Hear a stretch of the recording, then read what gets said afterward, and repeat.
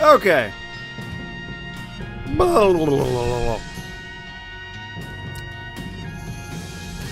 And I think you're the only one here. At the moment. How you be doing? You have to go to a dentist appointment? Or doctor's appointment? I think it was dentist. Keep the stream out.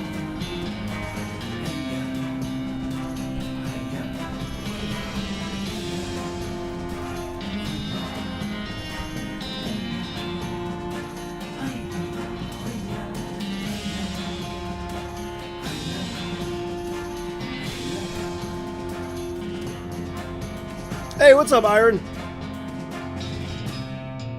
Iron is here too. Iron exists. Iron, how you doing?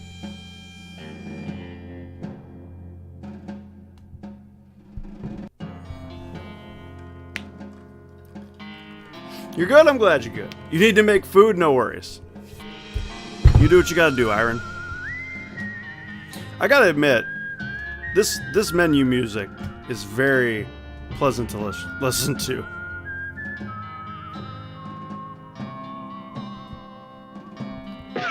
Continuing. Just regular cleaning. In general, I'm good. It's the weekend. Yeah, it is. Very nice. So, when last we left our hero, Hickory Dickory Dock, the mouse went up the clock, I was grinding, and I grinded these cow monoliths. So, our character is now full level Deadeye, full level Hornswoggle, and full level Lockpick, full level Quick Draw, full level Snake Whip. I now deploy a tween snake instead of a baby snake. Some of my other stats have gone up generally, and well, also I can make butter. I can make butter out of cow's milk, which I have. Oh yeah, I also have a ton of snake livers and stuff now because I grinded.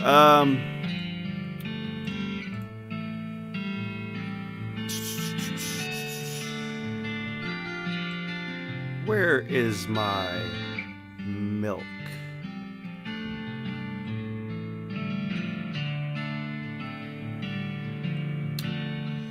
Milk? Where you at, man? There it is. Tainted milk. Increases my mysticality and speed for 5. Alright, we're gonna try this. We're gonna make butter. Bam! I made infernal butter. Don't know what that means? It increases your speed by 3 and your maximum AP by 1 for the rest of the day. That's interesting. I don't know if that's better. It's interesting. So we got some things to do. I found Snake Spring, which is nothing. I found 2 places while I was walking around grinding. You crest a hill to see a spooky skeleton propped up on its elbows looking through a pair of binoculars at the horizon. I guess he died before whatever he was waiting for showed up. Grab him. I got some binoculars. Butter. What's up, Charlotte? How you doing today, Charlotte? So, when I was wandering around grinding, I found this, which is literally just another grinding spot. It's just a ton of snakes. There's nothing else here. And then the Big Apple. And I think that's it. Yeah, the Big Apple showed up, and I don't know what that is either. Otherwise, y'all didn't miss anything. So, we need to finish off something. The old mission? I think it's the old mission. There's a skull just sort of rolling down the road towards you, like directly towards you. When you step to one side, it swerves to match. I fight it. Bang! He's dead. Oh, also, my bad. My combat speed is 300%. Oops. Let's go ahead and turn that back down. So last time we went in here, we got our ass kicked. So let's try that again. Pew, pew, pew.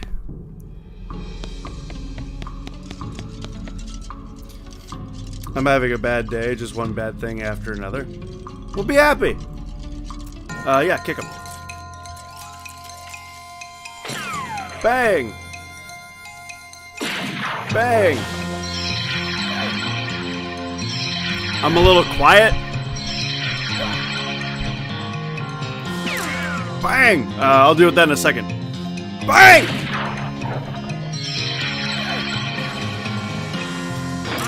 Bang! A boomy! A bangy! Alright, let's deal with that, I guess.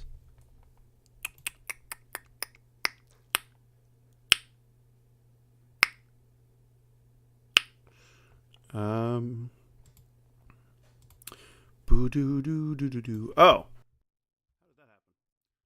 How did that happen? That. Nope. That. Yeah, sure, that. That'll work. Let's go with that. We'll see how that goes. Habooski.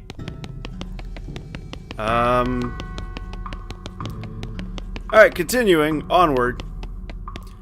Level 2, there's some kind of there's some kind of something. Dark remains. It's plaque, read it. Here lies Saint Pope. He was excommunicated for impersonating a pope, but there was some kind of bureaucratic issue, so they weren't able to unbeatify him? Weird. What's up? I'm a pope! Seriously! I'm a pope, seriously! Saint Pope stands beat officially behind the dais. He just keeps doing his pope gestures, ignoring you. How can somebody look so smug without even having a face? The longer you watch him, the more he gets on your nerves. I insult him. You unleash a torrent of insults that would make a sailor blush, and a sailor's mother ashamed of a sailor. Saint Pope's eyes narrow. Looks like you finally managed to make him mad enough to fight you. A boom! A bang! Guess what, guys? It's canon. I'm the Pope now! Look at me! Look at me! I'm the Pope now! I got a Pope hat. I don't even care what it does. I gotta put it on. I don't even care what this does. I gotta put it on. Yeah, absolutely. Bam! I'm the Pope! I'm the Pope now! I'm sending you virtual hugs and good vibes. Thank you, Anne. How was my thing? It was fine. We just filmed some stuff. So the challenge was, as you already know, the challenge was they had to come build a computer, install Windows operating system on it, Windows 10, and then put an antivirus on it. And whoever did that the fastest won. So, you know, we filmed the whole thing, and obviously, as per normal, oh shit, I clicked away. I'm sorry, I can't see chat. As per normal, we got the occasional weird glares when we would film people. Like, could you not film me? Sorry, it's my job. Shoves camera closer to face. Okay, I can see chat again. We're good. We good now. Alright, I killed the Pope. That means I'm Pope. As by Pope rule, as we know, Pope rule establishes if you kill the Pope, you become the Pope. Here lies Santa Cortada. She was drawn and quartered by heretics, and then the quarter that had her head on it was beheaded. The dismemberment was so effective that nobody was really able to get her body and to stay together even after she was bones. Spooky. And I got his pelvis. Yeah, I came down here to, the saint appears to be resting in pieces. Reassemble. You're pretty sure you've got the bones assembled correctly. Fight. At the very last minute, the bones fly apart again. Seems like all you accomplished was making them angry. Fight. I was sitting down here to get the piece of the bone back that they came back to claim. These dead saints all came back to claim their dead body parts.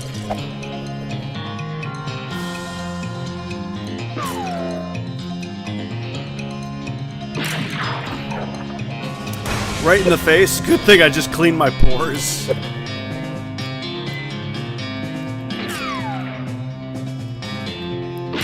Bam!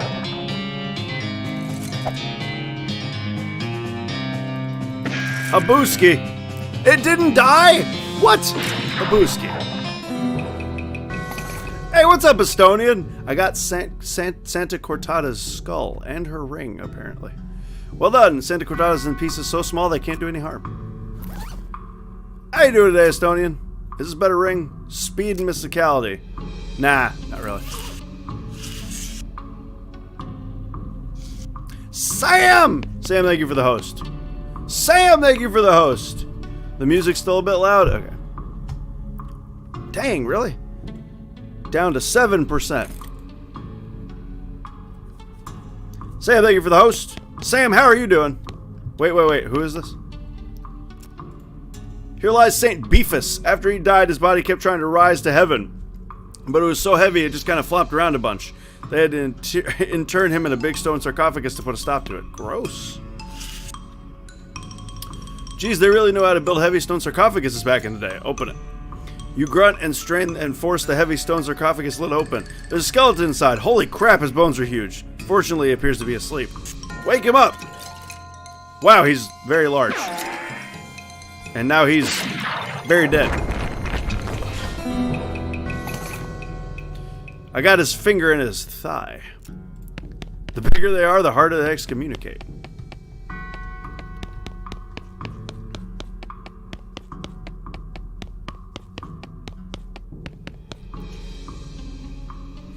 I'm okay, but I lost 23,000. Yeah, I saw that. 23,000 souls after I beat the Stradium. And yeah, I saw that in Funny's chat. I was lurking the entire time. Thank you for trying to recover our relics. Please be careful. I saw an empty coffin just inside the catacomb door. Don't worry about that. We're just storing that for an escape artist. Escape artist? Yeah, he was taking his act on the road but needed to lighten his luggage, so he gave us a generous donation in exchange for storing it for him. Okay. I did it. Do I put it back here? Return the pelvis. Return the pelvis. You lock the skull. Mary is thanks you effusively. Mary looks delighted. I did it. You've recovered all the relics. Praise be, thank you. I'm glad to have helped, sister. I must reward you for your efforts, though. Why don't you have... We don't have much, but these boots look like they might fit you. Silk nun boots. Cool, thanks. I still don't have any pants. I'm still pantsless. Ooh. I still need pants. I'm doing excellent. I got Far Cry 5 today, and also got my 3-week vacation, so no more work until the 29th. Estonian, living large. Living large and on vacation. Alright, let's go to the Big Apple. A nearby cloud of dust turns out to be a bandit on a horse riding hell for leather for unknown reasons. Well, I know them, but you don't. You pull your horse up alongside hers and match your speed. Hi, what's up? Where's the fire? Get bent and or get lost. Alright, I'm gonna hornswoggle you. Listen, those nice boots of yours are getting covered with dust from all this hard riding. Fortunately, I'm running a horseback shoe shine. Horseback shoe shine, that's fun to say, but it don't make a lick of sense. Sure it does. You don't need your boots on when you're riding, so it's the perfect opportunity. Just 2 meet and I'll shine them up real nice. That's a pretty good deal, okay? She reaches down and pulls off her boots and hands them to you. Whereupon you haul your reins, wheeling your horse around, galloping away in the opposite direction. By the time the bandit realizes what's happened, it's far too late for her to catch up. Works every time. Got some hightailing boots. Lurkmaster, vacation. Charlotte, thank you for the host. As you reach the center of the clearing, you are simultaneously struck with a profound awe and a terrible stench as you discover the largest road apple you've ever seen. You can't even imagine how this got here. Was it a giant horse? Was it 200 normal-sized horses acting collaboratively? They should have sent a poet. Yes, they should have.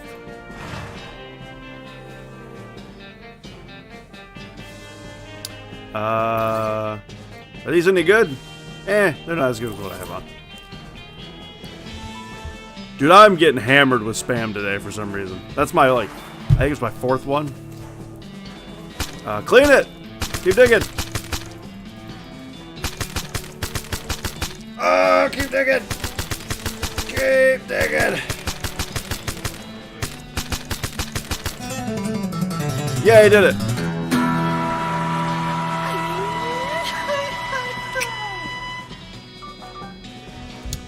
Did I read yours? I did, Sam. I did. I sure did.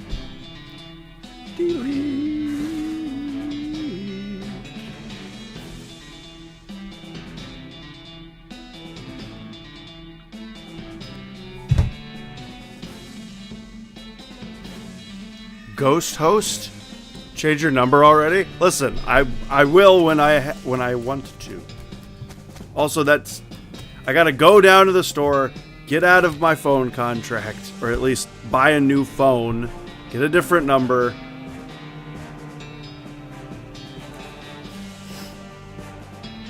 That was a long cough. I'm ahead to my doctor's appointment, and you have a wonderful rest of your day. Thank you for being here. Enjoy your doctor's appointment. Dentist appointment.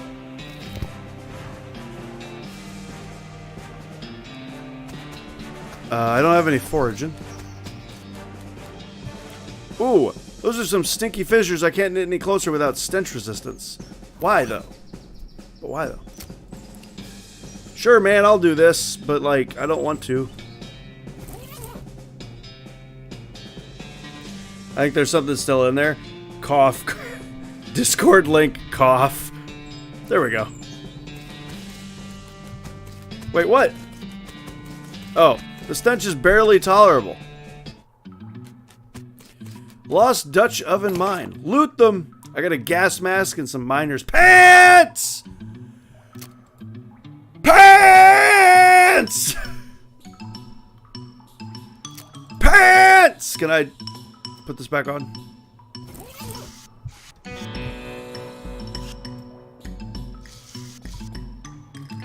Miners must have eaten what down here to... Yes, grab what's left.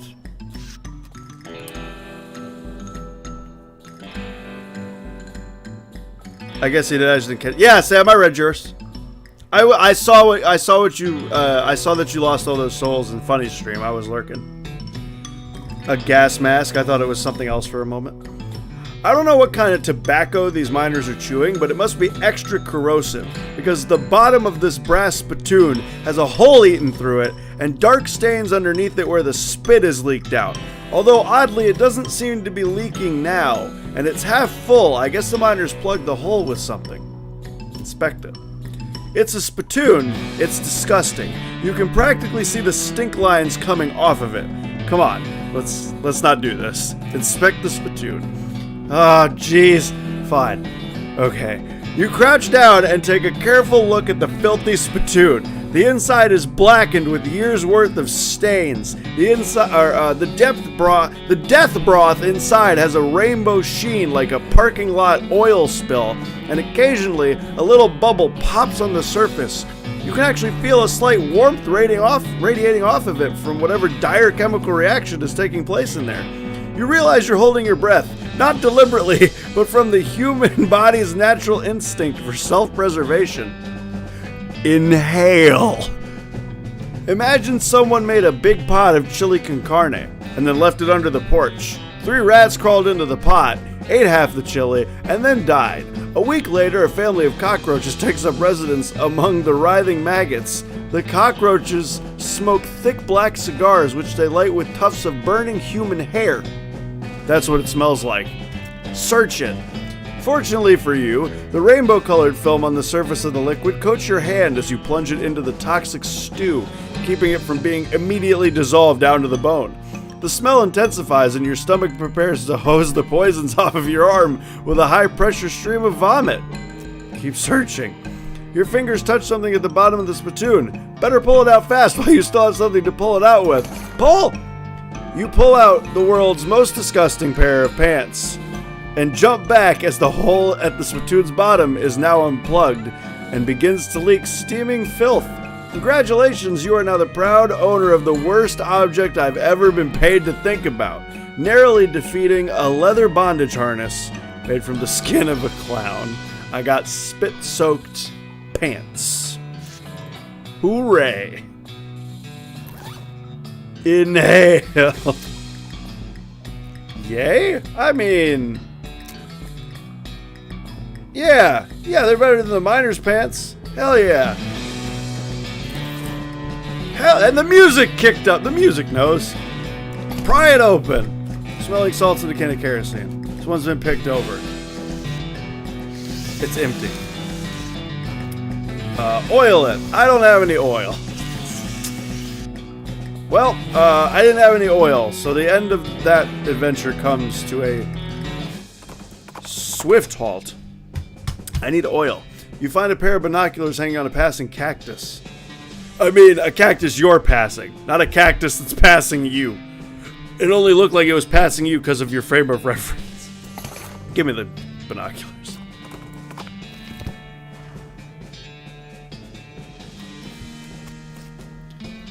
The knapsack seems like it's taken a lot of abuse recently. I'll search it. This knapsack seems like it's taken a lot of abuse recently. Most of the contents are trash from being stomped on. You do find a dented can of potted meat, though. And you also notice that the knapsack has a knife sheath strapped to the side, but you don't see the knife anywhere. Tent's a mess. Crap. A more thorough inspection reveals dusty footprints on the tattered canvas. Cows typically don't wear boots. Campfire has been thoroughly stomped on and kicked. Someone was really serious about fire safety. Would I say 63 degrees Fahrenheit is an okay room temperature? Yeah, I would say that's okay. I think that's a little cold, but I'd say that's fine. Yikes, you think maybe this used to be a person? Investigate. What a mess. Cows did to this guy? I reckon so, judging from the tracks, but... What's wrong? Something about these tracks ain't quite right. What do you mean? They aren't spaced out right, and they're uneven. Okay, what does that mean? I'd say the cow that made these tracks was drunk, or it wasn't a cow that made them. Follow the tracks. Since you have reason to believe the tracks may be fake, you can either follow them or head in the opposite direction. I will follow them. You follow the cow tracks for 100 yards, after which they suddenly stop. There doesn't seem to be anything of interest nearby. Well darn. 63 Celsius is much better. No! I will wander. I'll fight the snakes. I die at 30.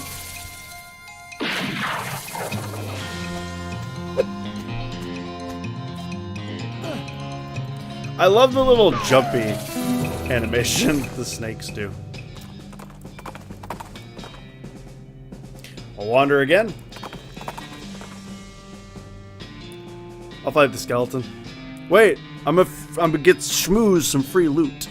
You hear a dry cough behind you and turn to see a skeleton dressed in a moldering old tuxedo and a silk top hat shuffling towards you, gesturing angrily with his walking stick. The funeral lily pinned to his lapel is gilded, as are all of his teeth. I guess he was trying to take it with him. Little hornswoggle.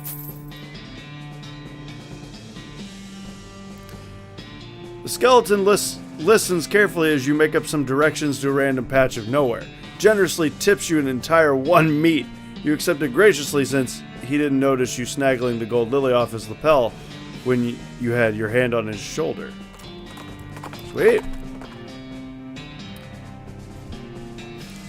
63 Celsius is like a bad sauna. I've never been in a sauna. Alright, well, I guess... Oh, hello. A smoldering hole in the ground. Sure. I'll thrust a fight upon it. Bam!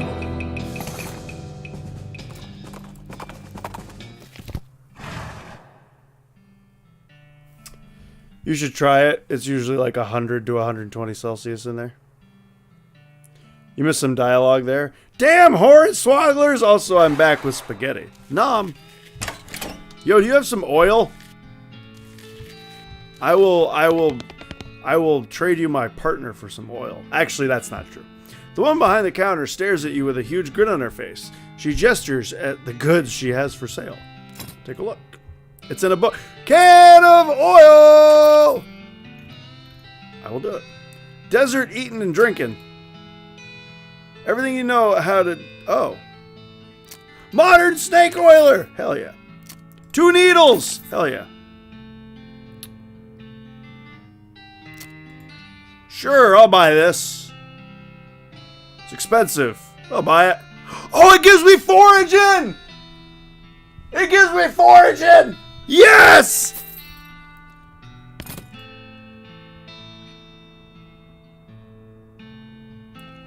Yes! Forage, read! You read the book and learn all sorts of tricks for squeezing extra stuff out of cactuses and whatnot. Foraging! Unfortunately, while practicing your techniques, you accidentally squeeze the book into book juice, which turns out isn't a real thing.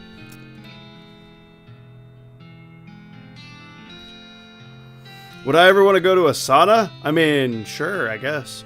This game's got 10 out of 10 on Steam. Uh-oh. Uh-oh! That means it's untrustworthy. Uh-oh! That means it's untrustworthy. What? Did I learn? No, I didn't learn safe cracking! I can't find it! I have to find it. I don't know where it is. Boop.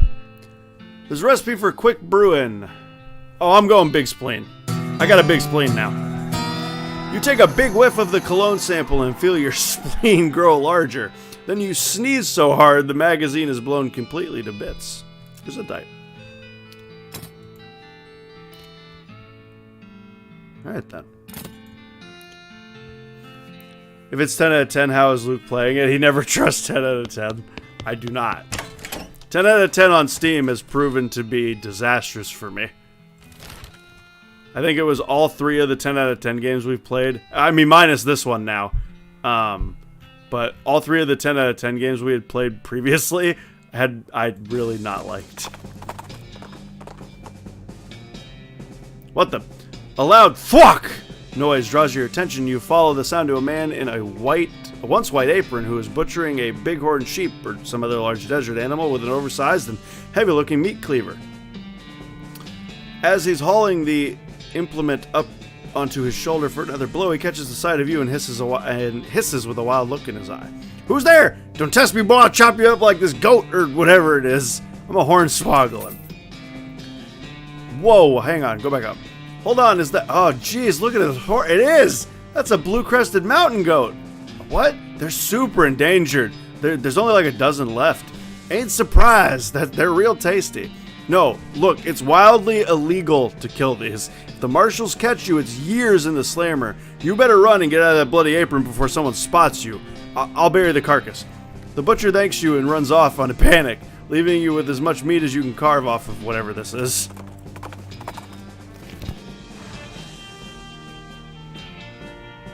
Ori was one? Yeah, Ori was one. What's a spleen? It's a thing in your body. Spleen's a thingy inside of the fish. A loud fuck. Spleen? Spleen's a thing in your body. It's an organ. I got foraging! Hang on. Foraging! And big spleen!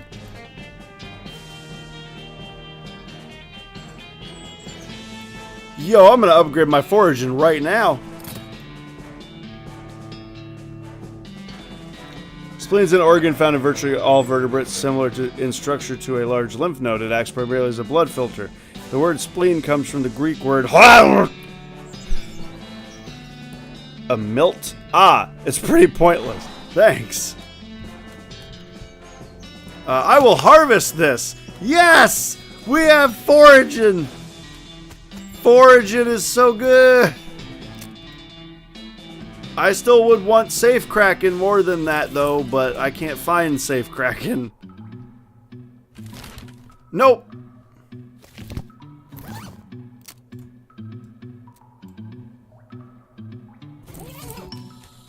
Would love some safe cracking. Yo, it's just Pope Hickory Dickory Dock here. Yo, I'ma oil it. Ride down.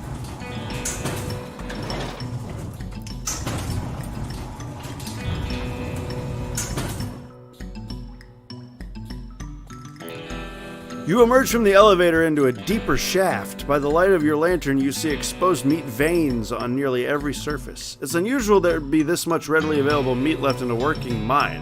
What were they digging for if not this? Curious. I'ma dig it. I'm gonna dig a tunnel. I dig a tunnel. Dig a tunnel. What's up, man?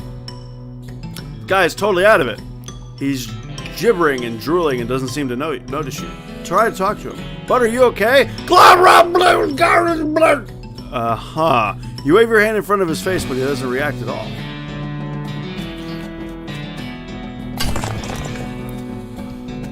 Shovel's dulled to uselessness. Was one of the miners digging with his helmet? Looks like a miner died trying to dig deeper with their hands. A broken pickaxe. An ominous ladder leading down to a dark pit. Climb down. Thanks, guys, me and my not so good at uncommon English words self. I've always got Wikipedia and Google Translate open. Ooh, I extract this effluvious emerald. It's a gem. If this gem is half as valuable as this pungent, you're in the money, and you should probably wash your hands before you spend it. This guy seems to have gnawed off his own hands before he died. You start to feel uneasy. The finger bones are all splintered. The hair on the back of your neck stands up. These scratches aren't just painted on. These scratches are just painted on. In blood! You have to get out of this pit right now.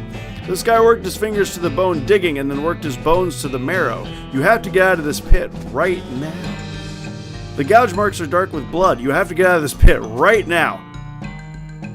As you get near the rocks, the voices in your head begin screaming too loudly to ignore. You have to get out of this pit right now. Fine.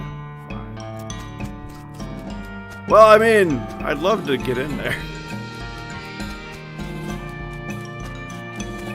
I want to know what's in there. I can pope it to death. I shall pope my way to victory.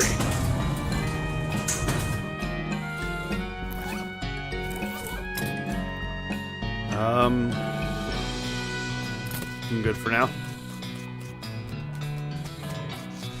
I already spittooned that. Spittoon away! Alright, let's go to the circus. In a devastated corn... No! Not the corn! Off to the side of the trail, you see a similarly devastated scarecrow. Its shirt is untucked, its hat's knocked off, and don't get me started on the state of its ascot. I fix it up. You make the scarecrow at least mostly presentable. It's important to look your best at all times. You never know when a famous crow might show up.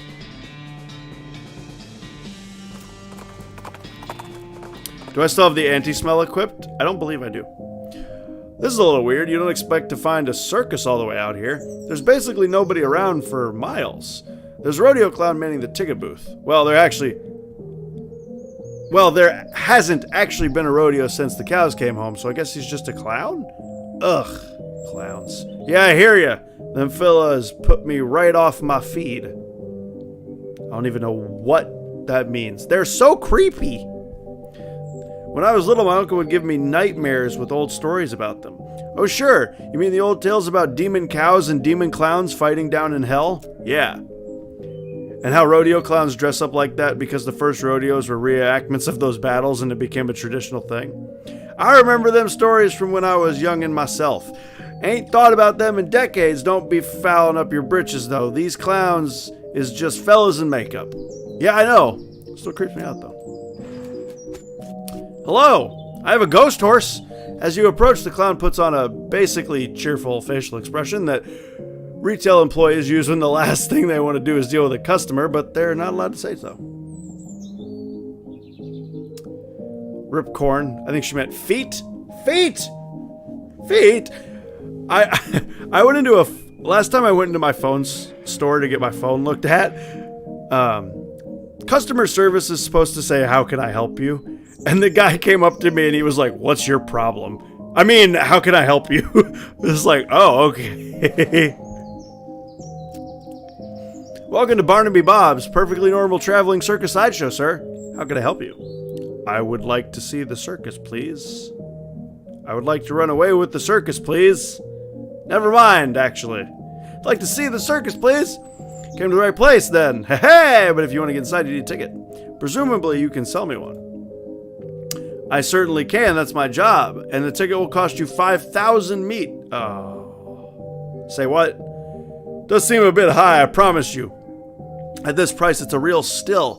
Well, you got that right. Why is it so expensive?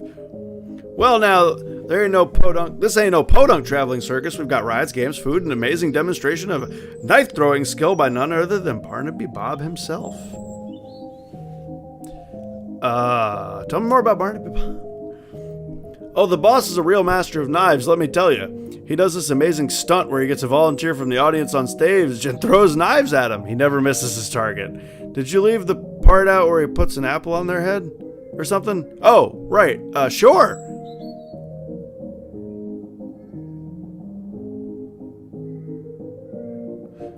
Huh. Flashbacks to the drugstore. I need that haircut. I mean, whatever floats your boat. Usually water. Usually? Tell me about the rides. I suppose I should say ride. We haven't had a simple grizzly merry-go-round. But we haven't had a single grizzly merry-go-round accidents since we stopped turning it on. Talk about the games. We've got tons of them. Does 3 count as tons? 3's more like some. We got some of them. Talk about the food. We've got your favorites. Popped corn, sarsaparilla with the fancy new bottle caps, and get this, did you hear about that thing a fella invented, cotton candy? Yeah, I think I might have.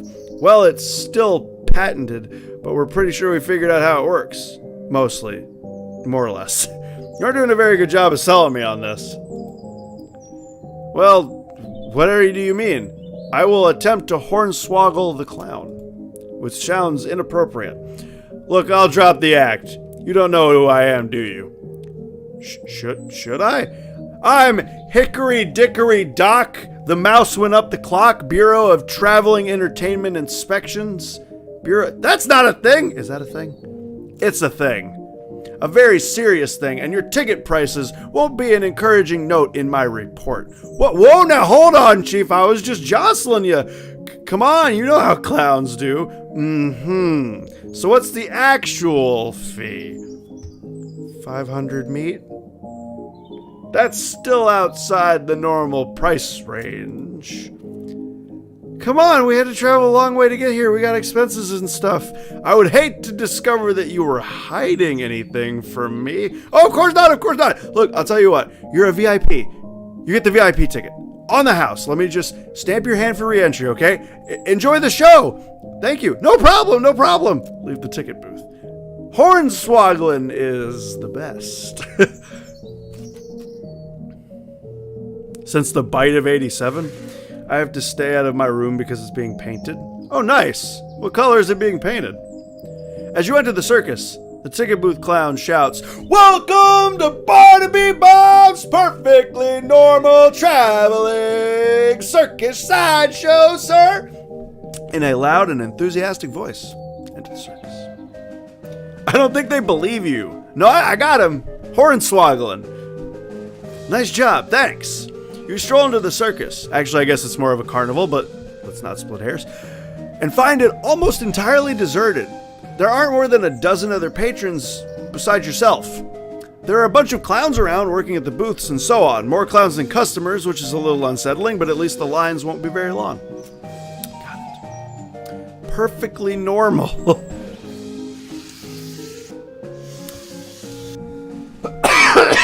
Okay, real quick. Real quick.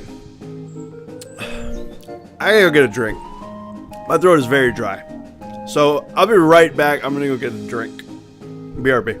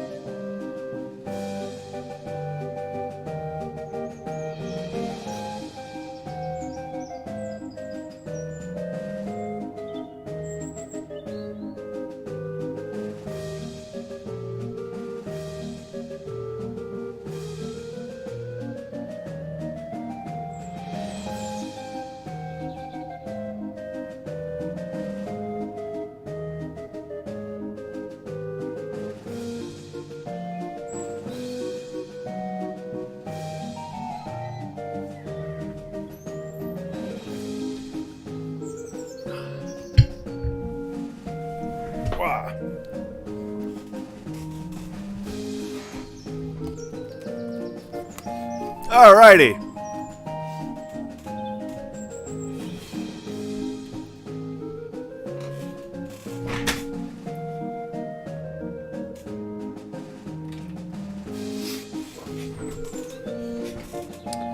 And before, after reading it like that, he said in a calm, quiet voice, BRB, no worries, Sam.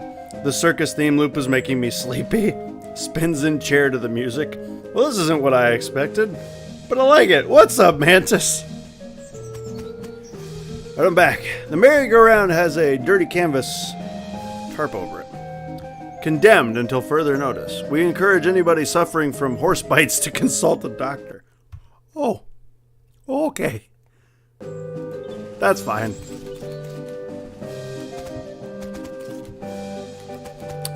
Sideshow, hot food, cold drinks, tepid candy, balloon guy. Okay. Just gonna pope crawl my way this way. Main stage, huh? Muscly clown doesn't seem to want you to go in there. Extremely muscular clown seems to be guarding the entrance to some sort of stage. Stage show ain't till later. When? Later. But when exactly? Later. Okay. Who dat is a new name, the messy coder. That's Mantis. I don't know if you remember Mantis. Test your aim. Okay. Take a closer look. Well now, fella, I like to think I know a customer with a sharp eye and a quick hand when I see one. How would you like to test your skills against the game of dexterity?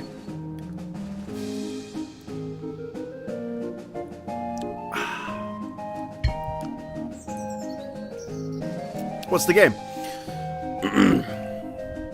On the wall behind me, I've got a bunch of thick-skinned, underinflated balloons. For 10 meat, I'll loan you a cheap, inaccurate pistol and a pile of badly made ammunition, and your goal is to pop as many of those balloons as you can before the pistol stops working.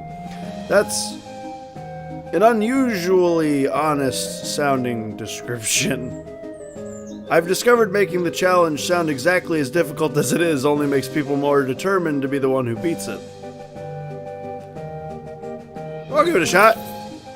10 meat, that's fine. Clown hands you the cheap pistol and gestures at the balloons behind you. Good luck. Shoot like a jaguar.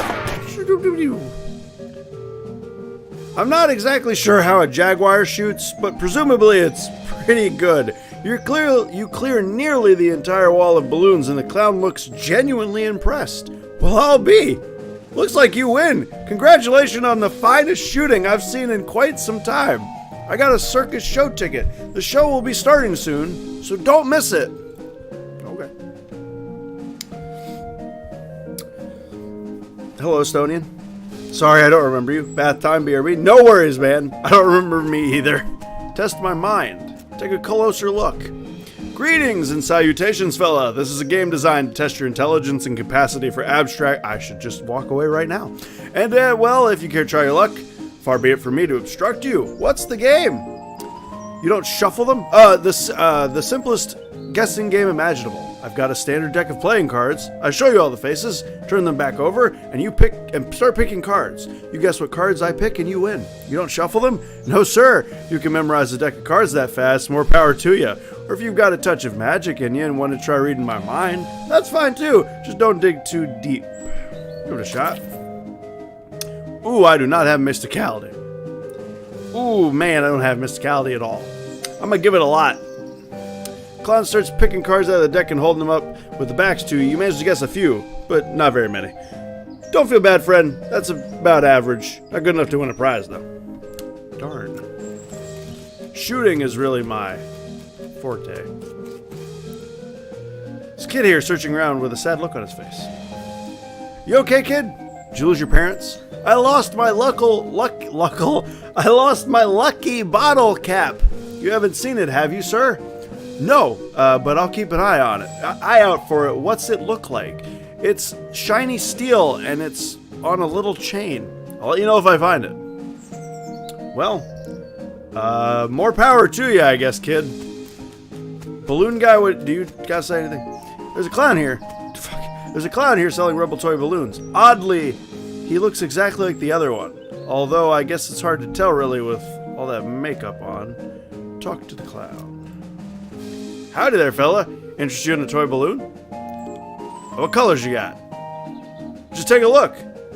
Red. They're all red. How do you make them float like that? Well, there ain't nothing to it. Heck, they all float around here. Is that a reference? Is that a reference? Is that a reference? You'll float too! How much are there? 30 meat! I'll take one. Got a red balloon. Tell me more about your circus. Really, it's more of a carnival. Well, let's not split hairs. Ho ho! What would you like to know? What are your traveling plans?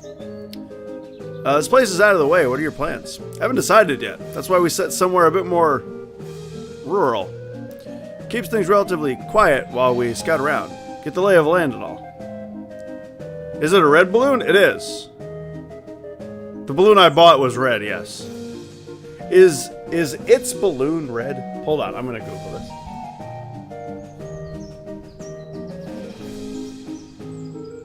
Oh, it does have a red balloon. I think this is a reference. Pretty sure this is a reference. Well then. You'll float too! Hold on.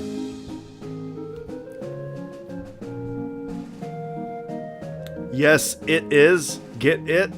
It? God dang it. Northwestish. It was a little hole in the ground kind of place. Wouldn't have heard of it. They all float down here. Why is everybody working here a clown? Oh, it's traditional. When the, what do you call them? Rodeos stopped being put on, the rodeo clowns took over other jobs at circus and carnivals. Over the years, it just became the normal thing for carnies to be clowns. It's a community, you might say. Ho ho!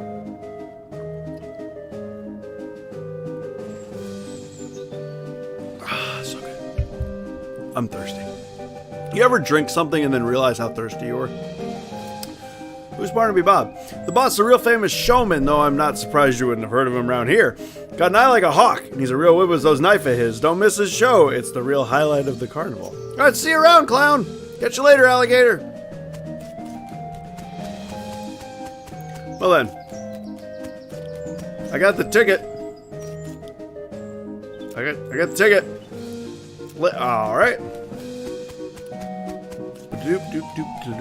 Sideshow. Enter the sideshow. Whoa there, fella. You gotta pay if you want to see the sideshow. Excuse me. You tried to charge me like 300. You tried to charge me like 5,000 meat to get in here. Why do I need to pay more to get into your... Fine. It's not included in the main ticket? No, that's why it's called a sideshow. I hate you. How much does it cost? 300 meat. And for anybody else, 300 meat. What do you have in there? Secrets, mysteries, things too weird and disturbing to witness the light of day. Freaks? Not just freaks. Gosh.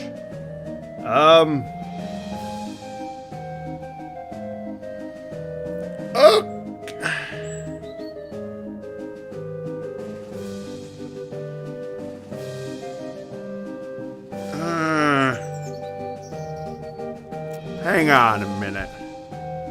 Hold on just a minute.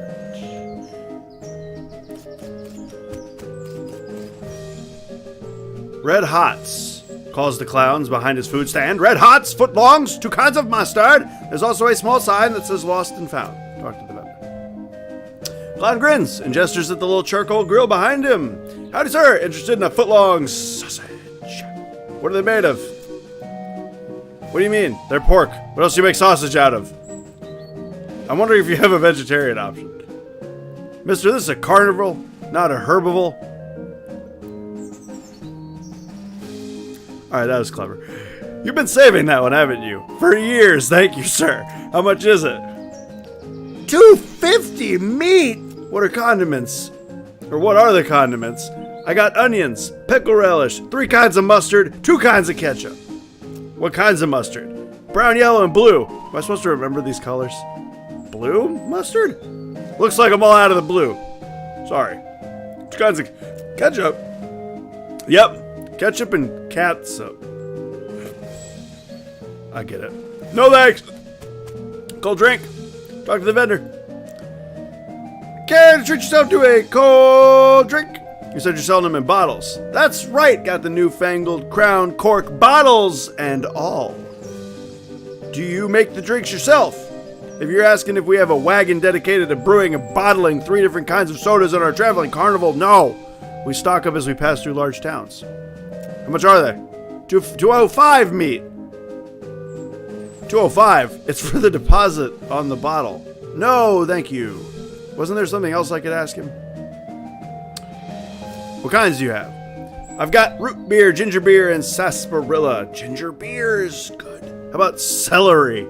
What? How about celery? Nope. How about grapefruit? Nope. You don't have cream soda? What about cream soda? Nope. Vanilla? Nope. Pomegranate? Nope. Cream soda again. Strawberry. Pomegranate. Rhubarb. Black cherry. Iced tea? Grapefruit. Orange cream. Lemonade? I have lemonade. Lemon lime. Key lime. Cherry? Plain tap water. What? Blue raspberry. Tap water again. Orange cream. All right, I think we're looping. Orange. I think we're looping. Okay. No thanks, man. Cotton candy. Calls the clown behind the food stand. Makes a flute noise with a slide whistle. Foo. Come try this just invented confectionery delight. Clown blows his slide whistle again as you approach. Whoop. Step right up, fella. Step up and try one of the world's newest candy sensations. What is it? Cotton candy, the finest in several senses of the word. Spun sugar created through a revolutionary new process. It's so light and sweet and fluffy. It's like eating butterfly dreams and kitten wishes. Phew. I wish I could do a slide whistle noise. So it isn't actually made of cotton? What? No, cotton's indigestible no matter how much chocolate you cover it with. Found it out the hard way, did you? Phew. How do you make it? He pats a metal box with a wide funnel coming out of the top. This little machine right here. Can't tell you how it works, much as I'd like to brag. It's a trade secret. You invented it? Not as such. Couple dentists. Down south were the first ones. Dentists, go figure. Phew. But after hearing about it, I managed to figure out how it works. Made a few improvisations with my design, too. Now I'm really curious. Sorry, fella. Secrets in this box are for nobody's eyes but my own. Phew. I'm happy to sell you some cotton candy, though. How much does it cost? 300 meat. Oh, boy. Never mind. All that is expensive. Oh, boy. All of that was very expensive. I'm gonna take a drink of my Snapple lemonade concoction, which is delicious.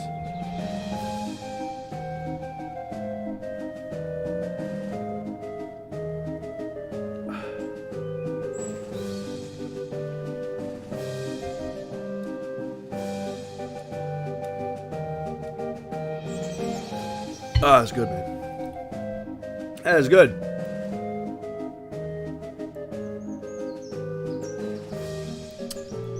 Alright, so I guess I want to talk to this balloon guy.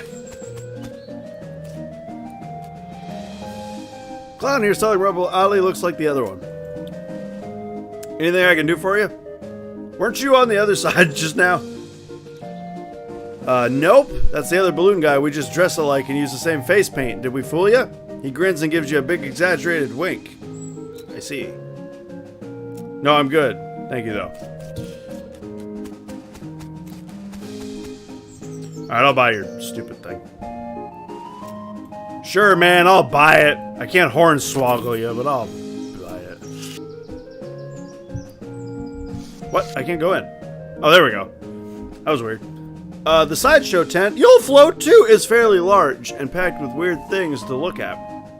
Like all good sideshows are. A few lanterns are hanging from the ceiling, casting flickering shadows around and making everything look even more eerie.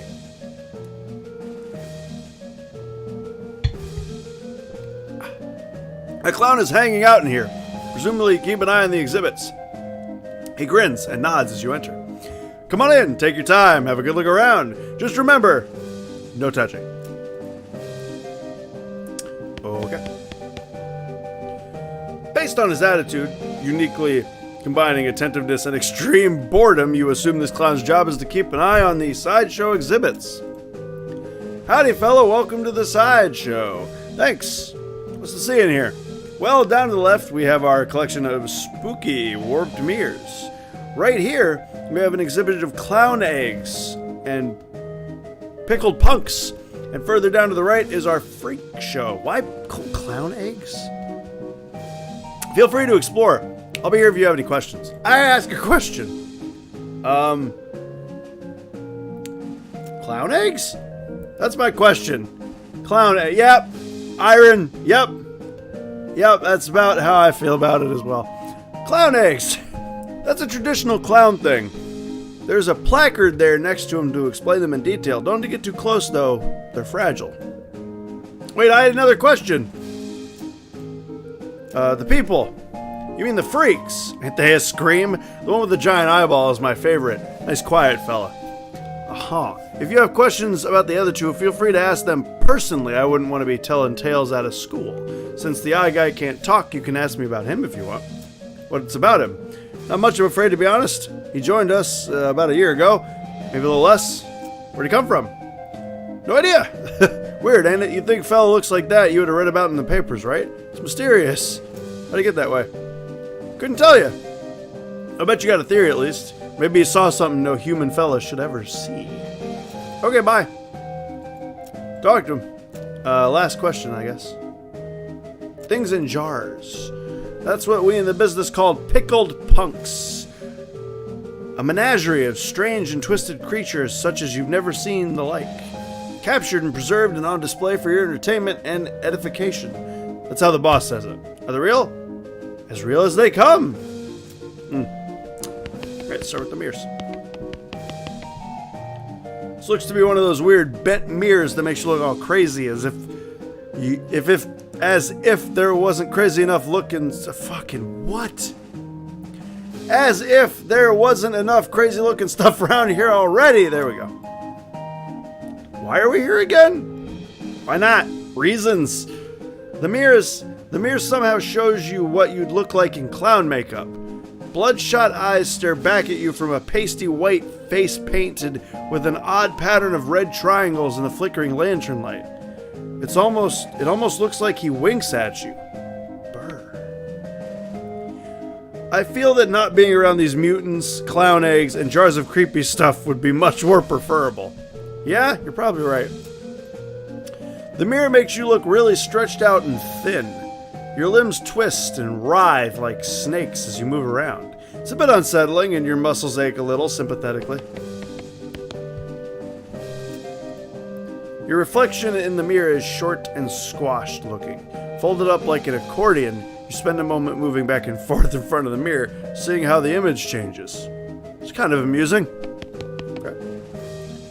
This shelver displaying large collections of strangely painted eggs. Holy, this is a long one. Alright, this is a long one. You see, I just gotta mentally prepare myself for this.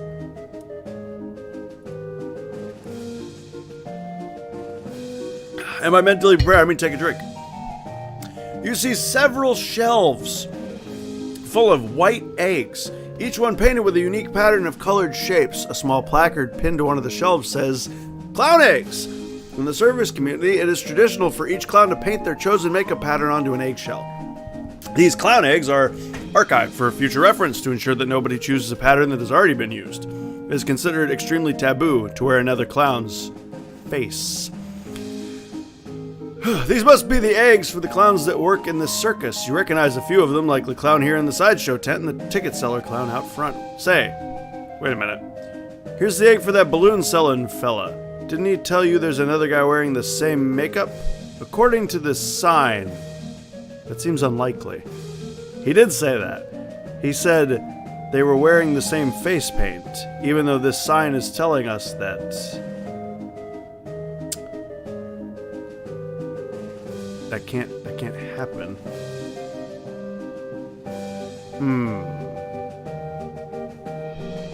Interesting. Expect. Am I going to break one? Step back, no touching. Okay. The shelves are filled with jars, and the jars are filled with things. Real weird-looking things. Look closer. I guess the eggs are less creepy than I thought. You lean a little closer to inspect the jars. They're mostly... Oh, did my cherry my cord? Nope, it didn't. Oh, we're good. They had a different cord. You lean a little closer to inspect the jars. Excuse me. They mostly contained malformed and or mutated animals pickled in formaldehyde. A 3-headed kitten, some kind of ferret or weasel with 8 legs, a twisted Mobius loop of a snake without head or a tail. Weird. Crazy stuff. One shelf sees devoted to huge, gross, pale grubs like fat, featureless white worms the size of a sweet potato. The one on the end is larger than the others and has a shiny black eye. Somebody has painted its face in an apparent parody of clown makeup. Yuck. Kobe! What's up, Piggles? Take a closer look. The pasty white face has been painted with little blue triangles over and under the eyes. The creature has a long, thin slash of a mouth as well. And the area around it has been painted with bright red lipstick. The black eyes flash red as the thing suddenly thrashes in its jar, spinning to face you and stretching its mouth open, revealing rows of yellow shark teeth. You stumble back with a cry of shock. Gah! Got you good there, buddy. What is that? It ain't a real critter. It's made of rubber, clay, and doll parts and such. It's got an electromagnet under the shelf to move it with. He takes a little push-button gizmo out of his pocket to show you. Should have seen your face. About jumped right out of your boots.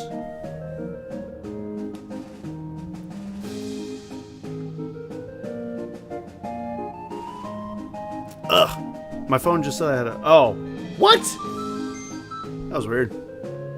My phone said I missed a phone call before the phone call happened. Odd. Alright. This guy is a startling sight, even for a circus freak show. His entire head is an enormous eyeball.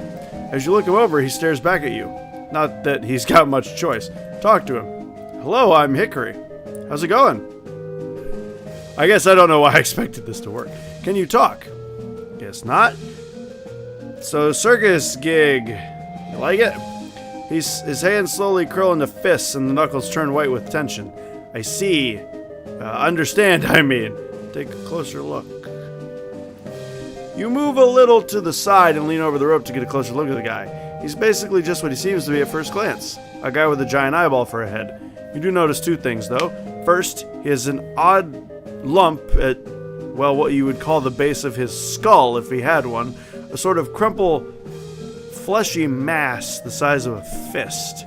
With a squint and some imagination, it almost looks like a crust and shriveled vestigial remains of a human head. Second thing you notice is that his ankles are locked to the legs of his stool, and the legs of the stool are both bolted to the floor. Do you blink? Or wink? I guess not. See you around! Well then. Laying in bed wearing sunglasses because this migraine has me hella light sensitive. How's you? Pickles, that sounds like it sucks. I'm sorry, man. I'm alright. Thank you for asking. I'm a little bit tired because I woke up early. This man is neatly dressed, though his suit is a bit threadbare and out of fashion. He's smoking a pipe and leafing through a magazine. When you stop to look at him, he nods amicably. Hello there, welcome to the sideshow. My name is Douglas. Hi, I'm Hickory. Hickory Dickory Doc. Delighted to meet you. So, well, what's your deal? Why am I in a sideshow, you mean? Yeah, you seem perfectly normal. How forthright of you. Of course, it's only natural to wonder. Wait a minute. You said the last bit without moving your lips. Are you a ventriloquist? Not at all. Allow me to demonstrate. He stands up and turns around. His back is the same as his front. That is, the suit has been tailored with 2 front sides and he has another face on the back of his head, with his hair cut and parted appropriately. Ta-da! As he sits back down, his knees and other joints crack and pop loudly as they reverse themselves. Douglas winces slightly, though certainly not as much as you'd expect. What in the... Surprising, yes? A bit, yeah? How's that even possible? Douglas shrugs, holds up his pipe holds his pipe up to the now back of his head so his other face can take a puff. Are you, what's the phrase? Siamese twins? Not exactly. It's difficult to describe, I'm afraid. 2 minds in one body with 2 faces? It'd be closer to the truth to say 2 instances of the same mind, with, as you say, 2 faces. You're right. That doesn't make any sense at all. The other face chuckles, and Douglas holds his magazine behind his back. It took some getting used to. That much is certain. I can confirm it does suck. Gotcha. Your knees must be a wreck. Surgery was necessary to permit them to bend in both directions. It sounds worse than it feels, I assure you. Were you born like this? I'd rather not discuss how I came to be this way, if you don't mind. Okay, sorry. No apology necessary. Why are you in a sideshow? With a regular suit and a haircut, you could easily pass for normal. I have a contract. Out of the corner of your eye, you spot the clown making a gesture. You didn't catch what it was. Douglas clears his throat. Plus, well, it's quite the life, you know, free room and board and travel the world. And you meet interesting people. Talk to you later, Douglas. I'll be back. No worries, Pickles. There's a lady here with her head sticking out of a hole in a large metal box. She nods politely to you. Hello! Hello there, enjoying the carnival? It's interesting. She smiles slightly. Yes, I'm sure it is. Can I ask you a question? Certainly. What's your name? I'm Janet. And you? I'm Hickory. Hickory Dickory Dock. Nice to meet you. Nice to meet you too, Hickory. Why are you in a box? It's a rather personal question, isn't it? Oh. Sorry. I'm only teasing, dear. Would you like to see inside? Sure. Janet whistles to signal the clown and he moseys over. He unlocks the door on the front of the box and throws it open with a theatrical flourish. Inside of Janet's body, you see a tangled, complicated assortment of glass tubes and pipes, ticking clockwork gears and pumps. Liquids of various colors, mostly red, slosh through the tubes. A large bellows near the top inflates, then begins to slowly deflate. What do you think? That's pretty horrifying. Some kind of trick. You're folded up behind a mirror in there or something. No trick! The clown chuckles and walks around the back of the box. He opens a hatch and waves at you through it, then saunters back to his place by the shelves. That's pretty horrifying. It's horrifying. It's like something out of a nightmare. Yeah, that's an accurate description. I'm sorry, I hope I haven't insulted you. No offense taken. I only have seen it myself once in a mirror. It took quite a while to get used to the situation. Examine her workings?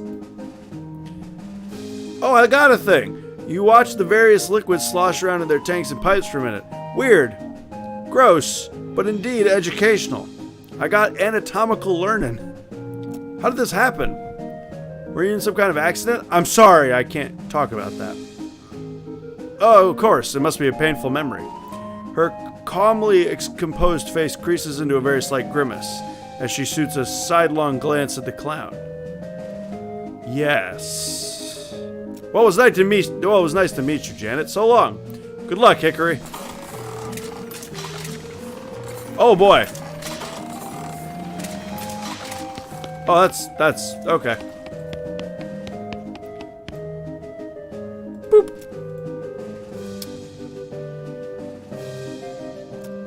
Got a question. What's with the mirrors? I'm getting the distinct impression these people aren't here entirely voluntarily. Yeah, me too. I wonder why. Aren't they a riot? That's what they call an optical illusion, as I understand it. Has to do with the way the light reflects off of them. I'm 100% sure that's what I saw. I'm 100% sure that what I saw can't be explained by reflection of the light. No telling what you might see if you look too long. Aha. So, should I stare into the mirrors, I guess?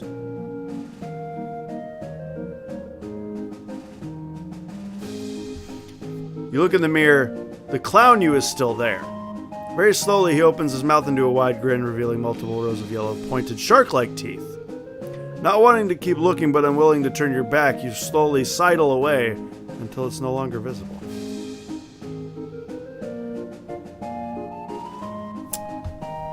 Huh. Swallowing hard, you approach the mirror. It's empty. Not only is the clown you gone, you don't show a reflection at all. That's weird. You look in the mirror and you see your limbs stretched out like taffy, twisting around like tentacles of an octopus, and you hear your joints cracking and your muscles feel like they've gone through a wringer. And I got the effect of sore. Your reflection in the mirror is short. It's kind of amusing. It's a wringer. Kind of amusing. What are my new perks? Please do. +3 melee. Oh. You know what makes a human being tick and how to stop one from ticking, come to that. And then... -10. Oh! -10 health! -10 health! Ah! That's a question. Mirror. Question. People. Does he ever blink? You mean wink? No, no eyelids. I gotta toss a bucket of water over him once in a while so he don't get too dry. He looks a bit dry now that you mention it. Yeah, it's getting about that time. Excuse me for a minute. This has got to be something. Have a closer look. Inspect closely. Since the clown's distracted, you take the opportunity to get a close look at the eggs. You notice 3 things about them. Firstly, they're too large to be chicken eggs, and you have no idea what kind of egg they are. Secondly, they've all been broken and very meticulously glued back together. They almost look like they've been reassembled after something hatched out of them. Do clowns hatch? Is that a thing? Thirdly, one of the eggs features a pattern of red triangles that you recognize. It's the same as the clown version of yourself that you saw in the mirror earlier. You quickly step back as the guard clown returns. He gives you a fair amount of side-eye but doesn't say anything. Literal clown eggs! Huh. Question. Eggs. Question. Mirrors. Question. Nope. Question. Jars. Question. People? Does he blink? I got him to leave again. Look at the other shelf. Take a closer look. You lean in closer to inspect the gross thing. Despite what the clown says, it certainly looks real. Whoever made it did an excellent and disgusting job. Peeking suspiciously under the shelf, you don't see any evidence of an electromagnet or other such device.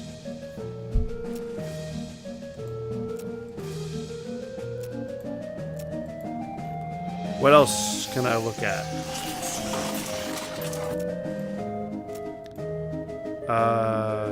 How are you feeling? If you're referring to my condition, I've grown accustomed to it. How'd this happen? Okay, she still looked at the clown.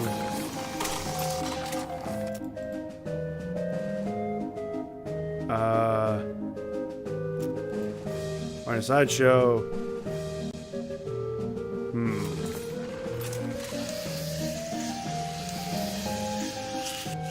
Can I look at the mirror while he's not over here?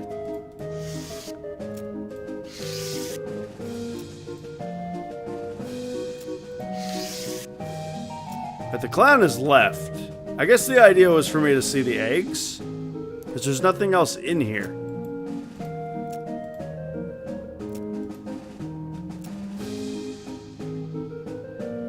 Oh! What?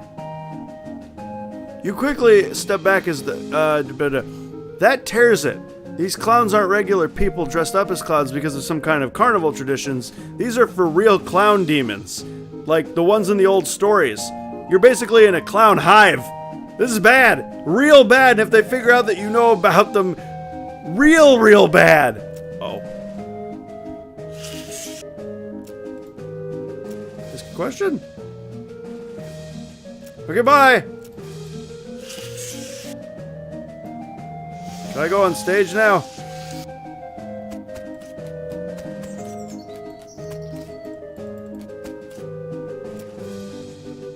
Ticket. Oh, yes. Ticket, please. Ticket for what? Here's my ticket. Go in. The show will start soon. Okay. Take a seat. You take a seat, and a smattering of other patrons appear and sit down as well.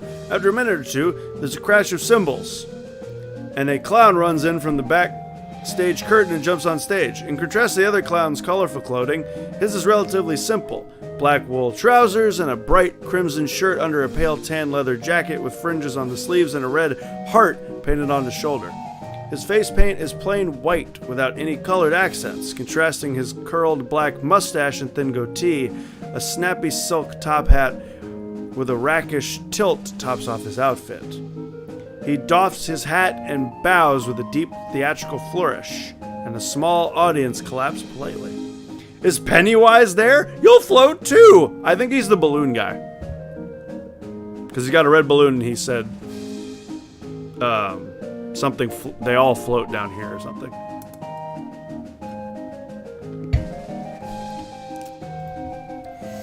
Thank you, ladies and gentlemen.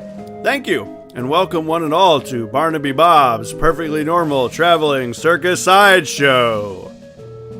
I hope you've been enjoying the attractions and distractions of our little carnival, our traveling carnival.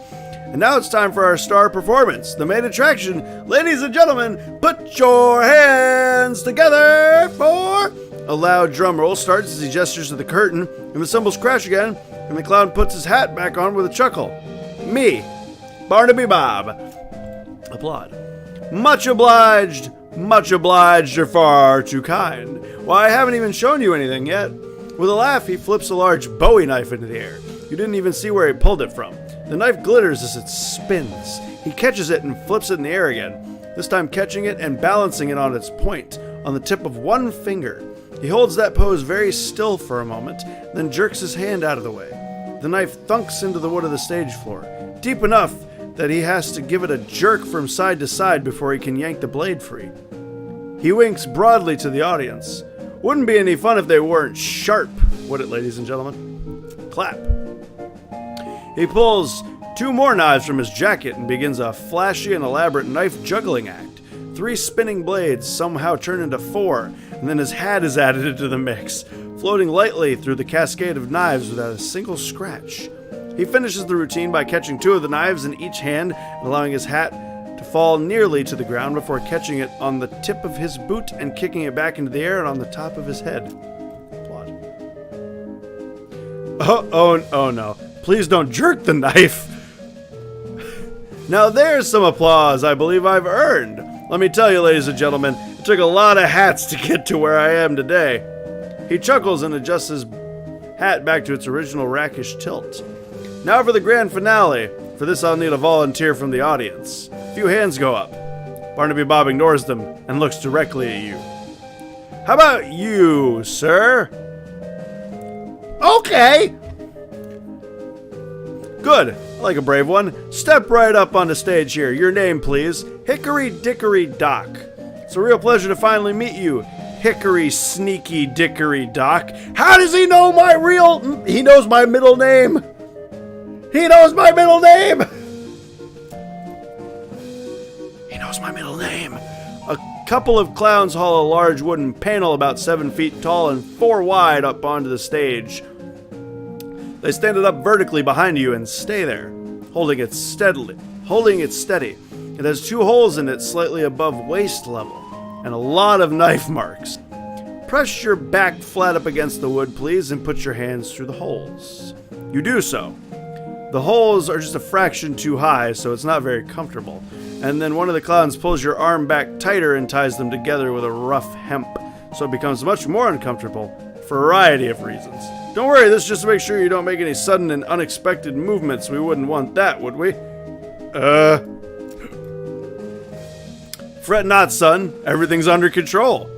He steps up close to you and adjusts your collar, brushes a little dust off your shoulders.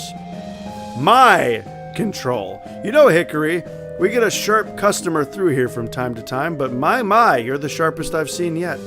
However, I'd bet my shiny dollar I've got something up my sleeve that's even sharper. His pupils narrow to vertical slits as he grins at you, revealing rows of pointed yellow shark teeth. As he turns away, you can see that the heart on the shoulder of his leather jacket is drawn with an arrow through it, and the word Mom. It doesn't look painted on. Free your hands. You struggle a little, but your arms are too tightly bound. The rough hemp digs into your wrists. Barnaby Bob strolls to the other side of the end stage and turns to face you. Now, don't you worry, this will all be over soon. Just don't move. He has a knife in his hand again, gives it a few twirls and flips. Light reflected from the blade glitters in his eyes, then, without warning, he hurls it at you. Thunk! The knife hits the wood before you can even blink. A hair's breadth from your left ear. I'm gonna stare him down. Barnaby Bob grins at you as the crowd applauds. Another knife appears in one hand and an apple in another. He tosses the apple to one of the stagehands, who carefully balances it on top of your head. Time for the old William Tell routine. A bit of a cliche, perhaps, but there's a reason it's a classic, eh, ladies and gentlemen? Take a deep breath.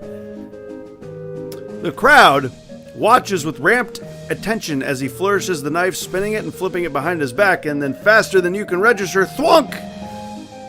Cold apple juice dribbles into your hair and down the back of your neck.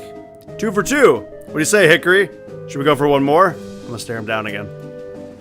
Barnaby Bob pulls out another knife, gives it a quick stropping across the pale leather sleeve of his jacket, and then whips a colorful spotted handkerchief from his pocket and blindfolds himself.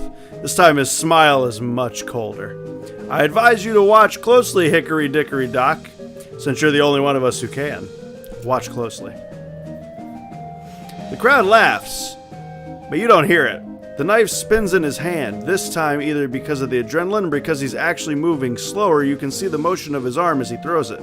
He twists his wrists in an odd way that you don't think he did before. The knife is flying at you. The knife is flying directly at your right eye. Uh-oh, what do I do? He told me not to move. What do I do? What do I do? I'm gonna take a drink. What do I do?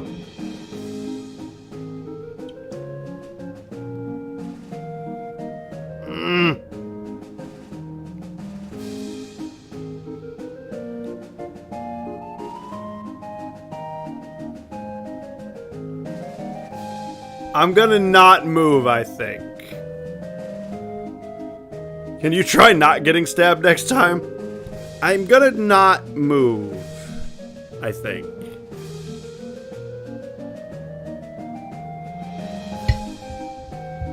He told me not to move. Don't move. The knife incredibly swerves at the last possible moment. Thwunk. You feel the wood shake from the force as it stabs into the board. The metal is cold against your right cheek. The audience erupts into cheers as Barnaby Bob removes his blindfold and pumps a fist triumphantly. One of the stagehand clowns unties your wrists and helps you get your arms out of the holes. Bob takes your hand and raises it into the air victoriously. Well now, ain't he a good sport, folks? And as brave a target as I've ever had. Take a bow, Hickory Dickory Doc. Take a bow. You bow to the cheering crowd, carefully keeping your eyes on Barnaby Bob. He bows as well, removing his hat with an elaborate flourish, and then he takes a slip of paper out of it. As a token of our appreciation, I'd like to give our star volunteer a gift. A year's supply of dynamite? What? Use it in good health. A year's supply of dynamite? What? As he hands you the coupon, the clown leans in close to your ear and whispers, "This was the only warning you'll get, boy." Barnaby Bob waves and blows kisses to the crowd as you climb down from the stage, and he disappears through the back curtain. The audience gradually disappears. A year's supply of dynamite! How much dynamite is that? That's a year's supply! What do you mean, how much is that? That's a year's supply!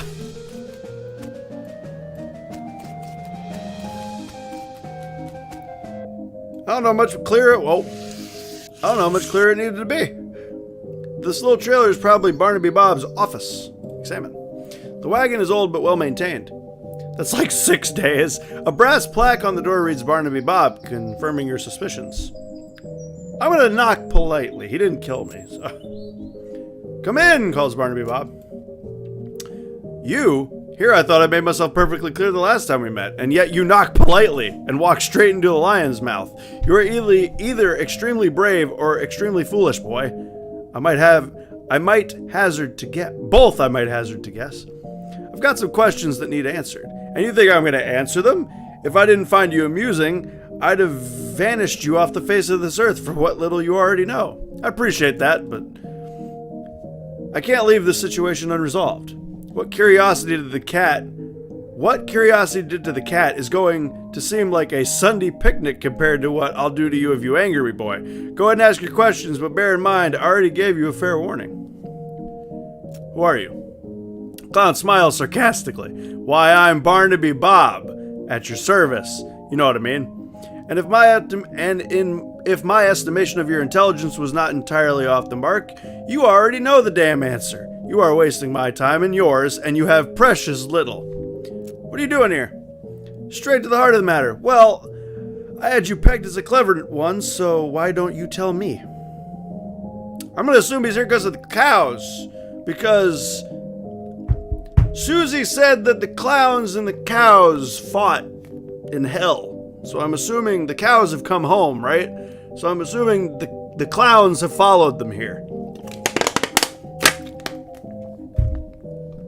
Because of the cows. Perhaps you got a brain rattling around that skull of yours after all. That's correct.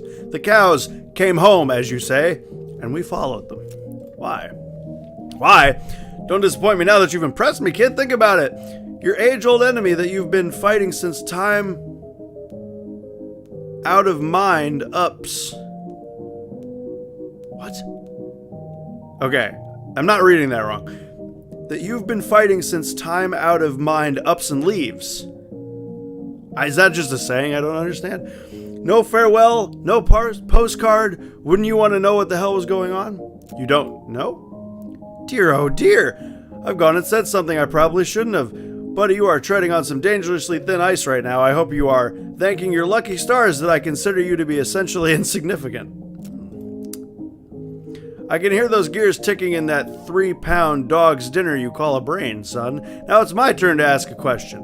How are you going to convince me that I shouldn't just make you disappear like a fart in a tornado? Make it good, Hickory Dickory Dock. Make it good, because you get one chance at this. Uh-oh. It'd be a waste of your time to kill me. Just saying. I might go with that. You need me. I don't think he needs me. I have friends in high places. I don't think that's right either.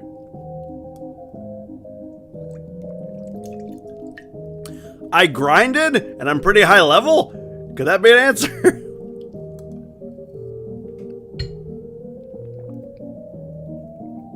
Your age-old enemy you've been fighting for longer than you can remember? That you've been fighting since time out of mind. So, okay. I've never heard it said like that before. I've never heard that phrase said like that before.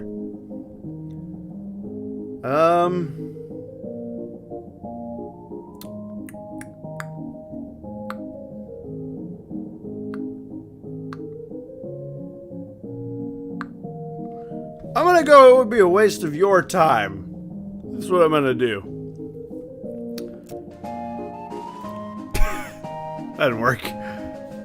You already wasted so much of my time, I think I could spare a little more.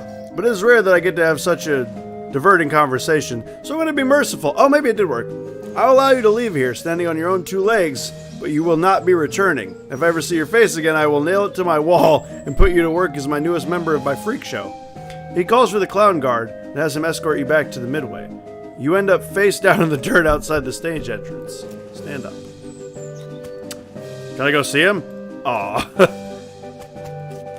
Okay. Well, let's get out of here. I guess there's nothing left. I got freaking a year's supply of dynamite. Redeem it. You find the nearest authorized dynamite retailer and trade the coupon for explosives you crave. Your supply of dynamite. Nice. Very nice. Alright, I guess all that's left is the railroad camp. Although there are places on the map with like right here, there could probably be something, and down here, there's probably something. I don't think we've missed anything, though, as far as where we can go. I think we have been everywhere and done mostly everything that we can do. Go to the railroad. Your transponder gizmo bleeps, and you follow the bleeps to one of the weird... Yep, fight it. Bang! Nice. I still need a bunch of scrap, so... Manifest Destiny Railroad Camp. Why isn't this train moving? The guy should never be put in charge of a switch. He's too busy playing with his watch to get any work done. Ask him where he got it. That's a nice watch. Where'd you get it? I bought it from this gal who runs a store down south of here. Name's Button Willow. Button Willow McSomething. I know that store. Real nice store. Real nice watch. He was back to fiddling with the watch. She's not getting much track laid, but she's an expert whistler. You approach the Beauregard-looking man with tiny glasses. Howdy there, who's in charge of this outfit? If I'm being charitable, I'd say that feller over there in the white hat is the foreman.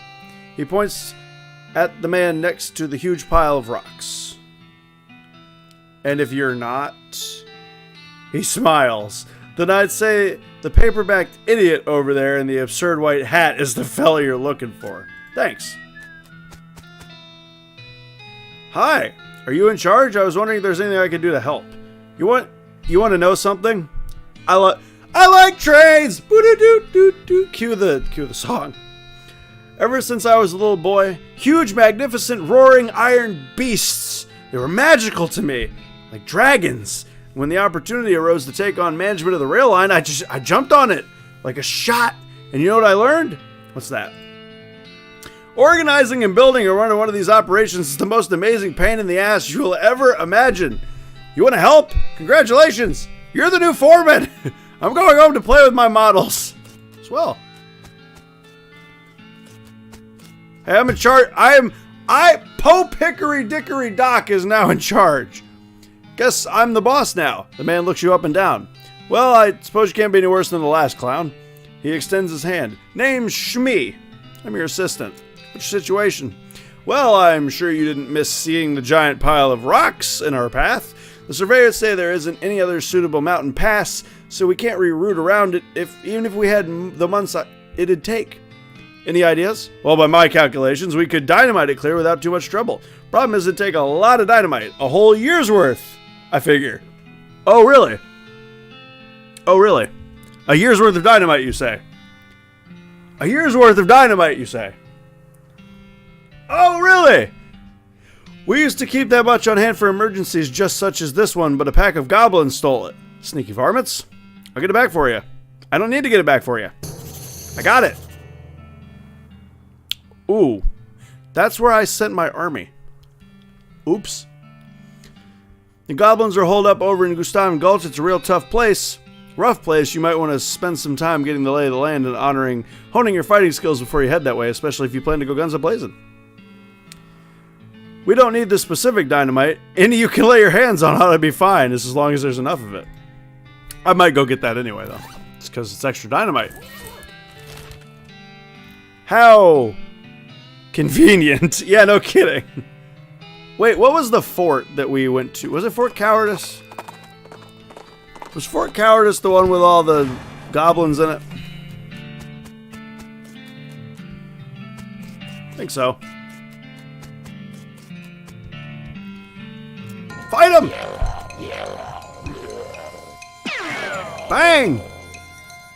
Bang! Bang! You heroically defeated the sleeping goblins who were guarding their beds. Head into the tent. I know I'm a monster, I know. Kick it open. Smelling salts and a hard tack. Lockpick. I got 3 hard tacks and an army field trauma kit. And 3 hard tacks and a military grade whiskey. And a sword!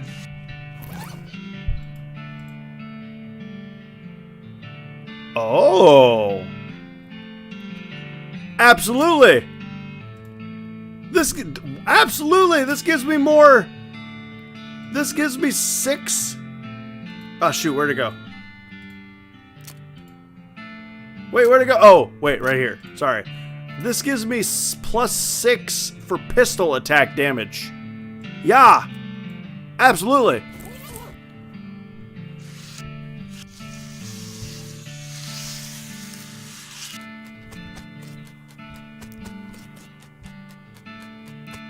Let me kick my way out of here now that I've avenged my first death of the game. And I guess we'll head over to this gulch. There's an open grave. Jump in, see what you find. Handful of coins and skeleton. I'd rather not fight you guys, but you know, a fancily dressed goblin steps forward. Hi, hello, being a mayor, welcome. Now going away, please. The goblin seems friendly, but blocks your entrance. Talk to the goblin. Can I not coming in? Sorry, only for goblins being very private. You know what I'm gonna do? I'm gonna hornswoggle him. Trick him into leaving. Hey though, outside the gorge I was seeing a thing you liking a lot. Oh? What thing? What thing do you liking a lot? Pies. There are pies all over there being. This seeming dubious, but would be neglectful being to not checking it out. The mayor takes a fork out of his pocket and leaves. Well, that was easy. Hey, there's something over there that you like. Yeah? Like what? What do you like? Pie. There's a ton of it over there. There's so many pies. No. Go inside. The shack is filled with crude bookshelves. The bookshelves, in turn, are filled with crude books. Titles catch your attention. 3 titles catch your attention. So very complicated numbers. All you could tell about this book is that it concerns extremely high-level mathematics. You don't have the vocabulary to understand any of it, and probably still wouldn't if it was written in English. Your brother would probably love it. Browse more. How to bird noise. This book is extremely detailed treatise on the sounds that different birds make. You probably wouldn't expect to learn how to do an accurate, great crested grib impression from a book, but that's how detailed it is. Alice going into a seeing glass. This popular children's novel has been translated into Goblin. Jabberwocky still reads pretty much the same.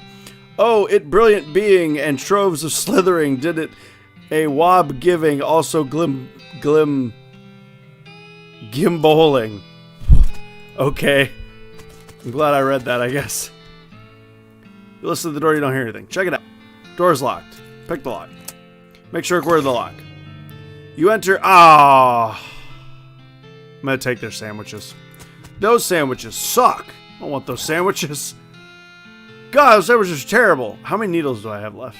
6. Okay. Check it out.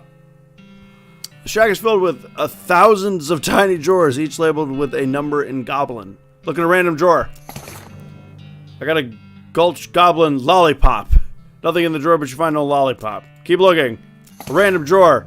Got a sandwich. Keep looking. An even more randomer drawer. Goblin trousers. Look again. I think I found everything. Okay. Goblin trousers any good? How do you play this game? Okay. Ooh. Ooh, that's bad. Ooh, that is not good. That is not good at all. What does this do? Mysticality, but reduces your muscle and moxie. What? Why did all the goblin stuff reduce things? You hear a couple of goblins rustling around. Nah. Check it out. Contains a desk and a bed. Investigate the outdoors by leaving. Investigate the bed. It's made of cactus logs with a blanket made of woven together cactus needles. Can't be comfortable. Check out the desk. Desk is strewn with folders. You notice one that says important secrets on it. Read important secrets. Learn a variety of secrets, though the only one that's actually pertinent to your circumstance is that there's a spare key to the treasure cave in drawer 69105 in the storage hut. Ooh. Look at drawer 69105. Gustavin Galt's treasure cave key. Spare. This is the mayor's office? Alright, okay. You press your ear to the door and hear somebody delivering what sounds like lines from Hamlet, except in goblin tongue. From this vantage point, you also notice a sign next to the door reading Backstage Entry Here It Being, with an arrow pointing to the back of the building. Head backstage. You sneak backstage and watch the play from behind a curtain. Not only is it a goblin version of Hamlet, but it's also been rewritten as a one-man show. To being... This may be the best thing I've ever seen. To being or not to being? Oh, that is a question. Could it better thinking to suffering, a crazy things and arrows? Or a fighting, so many bad things from stopping them because fighting? To dying, to sleeping, hey! Dreaming, maybe? But, oh, problems! If dreaming crazy when living, what dreams having after dying? Wow! Pretty weird, probably. Keep watching. You watch for a while. The bits where the actor has to do a sword fight with themselves are pretty entertaining. Nice. Listen to the door, you don't hear anything. Check it out. Lock picket. Make sure to record the lock. You enter, it turns out to be a cafe. Interesting. You stop to wonder why a cafe wouldn't be open at this time of day, and you see a schedule posted on the wall. Sure enough, it says somebody named Gene is supposed to be working this shift. He was always a shiftless layabout, that Gene. No, I will not fight. Hang on. I can forage this. Hell yeah. Ah, God, all the goblin stuff, man. Increases your maximum HP by 10 for the rest of the day. That'll cancel out being sore. If I need that, I'll use it. Head inside. Oh, what's up, guys?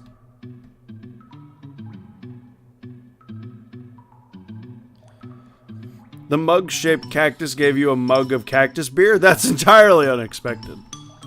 The goblin is paying more attention to their book, Goblet, than to you. You're pretty sure you aren't gonna be... But you're pretty sure you aren't gonna just be waltzing on by. Spoil the ending. Hey, Goblet, good book. What thinking about how Goratio is only surviving one at the end, everybody else dying, poisoning, sorting, pow blam. Og, no! Wow! Spoilers! The guard runs out of the cave with their hands over their ears.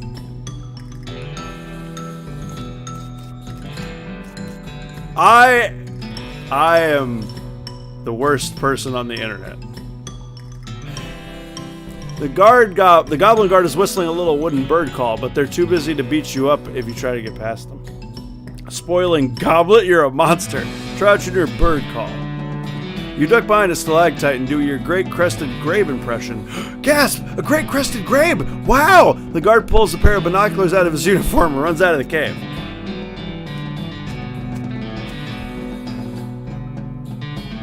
Unlike the other two guards, this one is being very attentive and seems very suspicious of you. Also, unlike the other two guards, they have a name tag and it says Gene. Remind them about their cafe shift. Hey, Gene, you're supposed to be working the cafe today? You're forgetting? Oh, wow. Oh, no. The goblin quickly takes off their garden uniform and puts on a cafe uniform and races out of the cave. Well, that was easy. Oh, how many needles do I have? I have 5. Do I have to... Oh. 12! Holy 1,200 meat! A year's supply of dynamite! Alright, I'll pick these other 2. Another 1,200 meat! I got a goblin engagement ring and a goblin tiara. It's sturdy, but oh man, is it ugly. Huh. Well, alright then.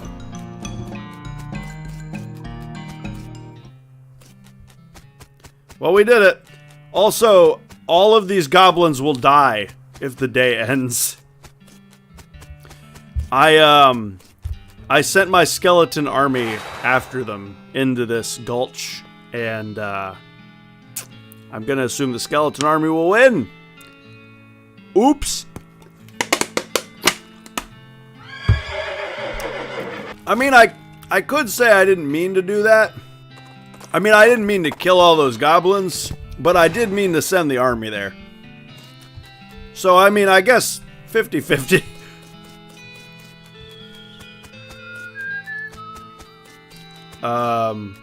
So do I have 2 years supply of dynamite now? I guess I do. I have 2 years supply of dynamite. How do I use it? I got it. Any luck finding the dynamite? The pass? Yep, here you go. Perfect, this will do the trick. Hang back for a bit while I get the fellas to set up the charges and I'll let you do the honors. Sneak consults with the other workers and they inspect the rocks for a time. Eventually one of them shrugs, pushes the whole crate of dynamite up next to the rocks and wires up the detonator. Let her rip! Wait, we don't have a longer detonator cable? Nope. Don't worry, you'll be fine. Just give me a 3 count before you hit the plunger so I have time to get under the train. Great. Do it! Oh! Come on, set up those fireworks. What are you waiting for? I already did it! What are you... We're literally in the middle of an explosion! Holy heck, what is that thing? That is a rock monster. That is a rock monster. That's a rock monster. There is a very large, very angry looking guy standing here. Apparently it's a little peeved at having a year's supply of dynamite blown up next to its butt while it was sleeping. How are you gonna handle this? Man, I really want to dance at this thing. You know what? I'm gonna dance at it. The rock monster is extremely strong, but it only matters if it can hit you. And it is geologically slow. Dancing around the creature, you find plenty of places to stick a knife, widening fractures and fissures created by the initial dynamite blast. Eventually, the entire thing just crumbles into gravel with an angry moan. Booyah! Are you supposed to say BRB when you're lurking? I don't know. BRB shower anyway. No worries, Charlotte. You do what you gotta do. Well now, that is as fine a day's work as I've ever seen. Much obliged, friend. We'll be getting the rest of this track laid down and head out now. Here, I'll mark our route on the map for you in case our paths cross again. You discover a new map location, Manifest Destiny Railroad Camp. Thanks, but can't I just ride the train? You got a ticket? I'm just kidding, of course you don't. Every seat on the train is sold out. Sorry, boss. Okay, see ya! I'm the owner of that train, but I guess I can't get on it.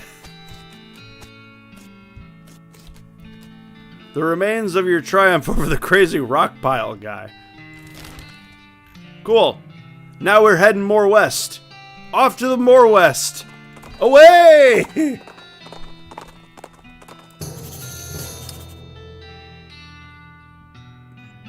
As you're riding down the dusty desert trail, you catch a whiff of the unmistakable scent of snake oil. You follow your nose to the wreck of an old medicine show. I will keep going to where I'm heading. What's up, Sally? Susie? Howdy, Susie. You know, we're right about in the middle of the territory back when the cows came home.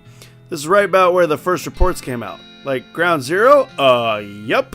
There's a big ranch that was the first one to go. Seems like an obvious place to check it out. Yeah, for sure. Hellstorm Ranch. Cool. Awesome.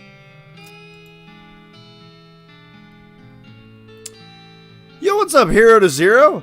Sup, Pobs? I'm Video Game Hero. I just changed my username. Very nice. Very, very nice. Welcome, welcome. I need a hero. How you doing today, man? I like your new name.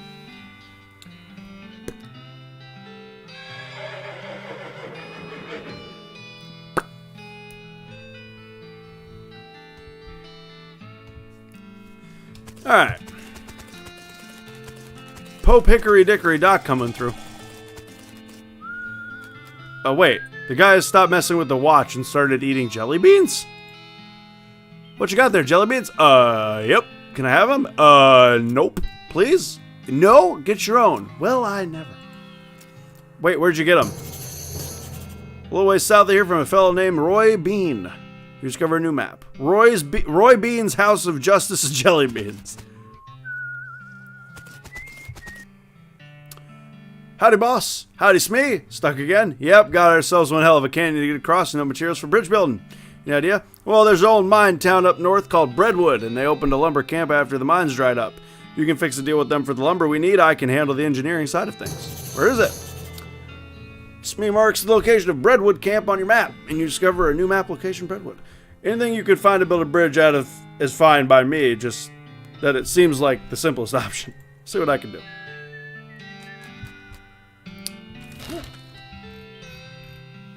I'm cool. What about you? Dude, I am pretty dang good. I'm playing this ridiculous stick figure Western game. You're what? I don't have a keystone! Shoot.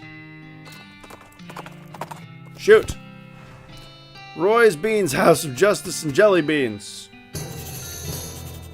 I heard about a ranch in this area what might be notable. What do you mean? It's one that weren't never attacked by cows. Yeah, that'd be worth investigating. Kellogg Ranch. Am I forgetting anything? I went into the Dutch oven mine. I don't know. I went in there. There was nothing in there. Roy must prefer to perform his morning routine outdoors. I gussied up a bit and I flushed his toilet. I got Master of Flushing. Whoops. Is that a perk? It is a perk. +3 muscle. Awesome. For sale. There's this 6,000 meat! There's a single yellow jelly bean with a sign that says Paraguayan murder bee honey jelly bean. Very rare. Who would pay? What kind of lunatic would pay 6,000 meat for a jelly bean? Not this kind, that's for sure. Hello, sir. Howdy there, pilgrim. Name's Roy Bean. Howdy, Roy. I'm Hickory Dickory Doc. What do you do here? Well, when I first came to these parts, I was all about two things: dispensing justice and dispensing jelly beans. I was the biggest name in bounty hunting and candy selling anybody had ever heard of. Gosh, what happened? Nothing particularly tragic. I just got old is all. Hung up my pistol for good. He points to the wall. Look, he's pointing at an empty hook on a wall. Over a spittoon. Oh, really? I still spell some jelly beans from time to time, but they're out of fashion. This whole place is just a jelly bean museum now. Seems like the sign out front isn't very accurate, then. What do you mean? Well, if you aren't dispensing justice anymore, maybe it should just say museum. Guess you got a point. That's about the jelly beans. For a jelly bean museum, I don't see many jelly beans. Huh. Bunch of crooks and shady characters stole them. All 3 jars. Suppose they think I'm a soft target now that I'm retired. That sucks. I'll get you back. I got an achievement. I certainly appreciate the assistance. Can't offer much in the way of a reward, but I can't tell you which way the first group of thieves went. If you happen out that direction, Jelly Bean Thieves hideout. I'll go get them. Not another spittoon. I'm gonna be sick. Iron, I gotta do it. Close your ears. As soon as you get near the spittoon, you can smell the overpoweringly sweet stench it exudes. Nauseatingly sweet, like the rotting corpse of a dead gummy bear. Look inside. Garish rainbow colors swirl together in congealing psychedelic madness. Is Roy using jelly beans as chewing tobacco? Yes. Yes, of course he is. Investigate further. We're talking about a bowl of jelly beans that has been sucked on, half chewed, and spat into a brass bucket. Do you seriously want to put your hand in that swill of artificial coloring and thickened saliva? It will probably never be clean again. Go for it. Look, I'm serious. You are about to permanently dye your hand with a swirling mishmash of all the worst colors in the spectrum. No one will ever have a tattoo that looks as gross or as stupid. Give it to me. Well, I tried. Don't ever say I didn't warn you. You plunge your hand into the spittoon and fish around for a while. Eventually, you pull out a really disgusting pistol and a really disgusting hand to shoot it with. Oh, I got spittoon hand! What does that do? That's amazing! I got 20% hot, cold, and sleaze resistance! Also, I got a significantly better... Ooh. Oh no, it does stench... Ah. I think that's good. It'll probably make a patoo sound when you shoot it. Yay. Is that better? I'm gonna try it. We're gonna try it out and see if it's better. It doesn't do physical damage, which is odd, but I'm gonna try it out anyway.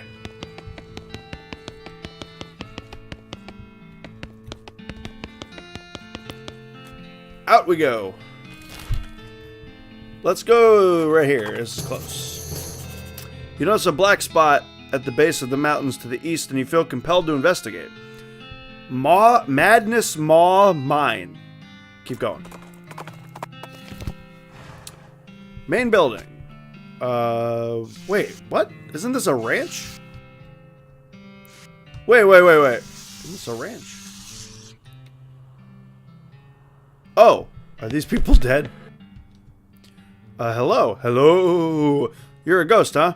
It does appear so, and alas, without me here to instruct them in my regimen of purity, all my patients have fled.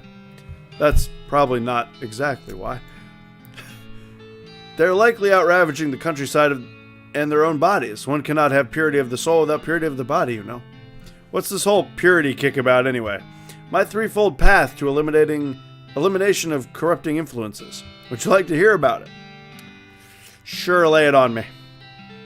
First step I call purity of the glands. One must rid oneself of all romantic and sexual desires and cease any self-polluting activities. Like what? Smoking cigars? Well, yes, but I'm speaking more of nighttime activities alone. What? Anyway, that's first step. Second step. The second step is purity of guts. This is accomplished through frequent cold water enemas and the consumption of wholesale and nutritious grain flakes, manufactured through my personal scientifically developed recipe. Makes so many different from other breakfast. Did you not hear me? The recipe is scientifically developed. What's the third step? The final step is purity of the muscles. I've developed an intensive exercise regimen featuring several workout machines that I invented myself. Neat, and all of this together, what was it? My regimen eliminates corrupting influences from the body, thus purifying the body, mind, and soul. Sounds like a good result to shoot for. It works? Certainly it does. Just look at me. You're dead. Only coincidentally. Uh-huh.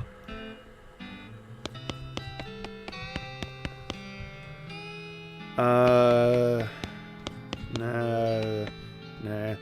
A grotesque anatomical chart. They've got the spleen mixed up with the liver. I'll fix it. Oh shit, that was 100 XP. That's a lot of XP. Keep calm and enjoy nothing. Skeleton in this bed, and it's wearing weird metal pants. Y'all take them. Chastity pants. What do they do? Minus! These suck! Why would you ever wear that? Let's see. Covered in bones. Yeah, I'll take them. Scrap under the pillow. It looks like a torn out part of a diary. Opposed to achieve purity of glands, but I can't stand sleeping in those metal pants. They're so noisy, especially when I... Bed is empty. Bed is empty. Lockpicking, lockpicking, lockpicking, lockpicking, lockpicking. Fuck, I don't have that many picks in. I have 3. I have 3 needles. There's 6 lockers. What am I to do with myself? I shall pick the first 3. Can I? What is happening? Pick the damn lock. Pick it. I got a cowboy chef's hat and Kellogg's Grain Flakes recipe. Kellogg. I open. I got sugared pork balls, peppermint drops, and Kellogg Ranch workout regiment. Pick it. The only thing inside is give me them hot secrets. You pick up the diary and blow up the dust. Cover says Diary of Blank Smith. The first name is worn away, but you can tell it was fewer than 8 letters. Sadly, the contents aren't particularly juicy. The author joined his health program because she'd had several relatives with poor health and wanted to preserve her own. She found the ranch to be pretty boring, but appreciated the lack of anything much else to do. Gave her plenty of time to spend knitting, which was her favorite hobby. Last entry mentions Kellogg's death, rumored but unconfirmed to be due to a brain aneurysm caused by outrage at hearing a dirty joke. And the author was returning home. Guess you forgot the diary. So I wasted my lockpicks on that. Fukel. It's a combination grain sifter and flour mill for who knows what. Dough press. Doesn't have a door. Purity is the best sauce. Purity is the best sauce. It's a list of draconian fitness rules the guests of this sanatorium had to adhere to. Weigh yourself. You weigh 44 grams. Know how to use the scale correctly. Years worth of height and weight recordings of the ranch customers. It's the most boring book you've ever read. Measure yourself. You are 6 centimeters and 7 parasangs tall. Okay. Well, I need more lockpicks. Can I actually go back? Am I allowed to go back over here? I am! Okay.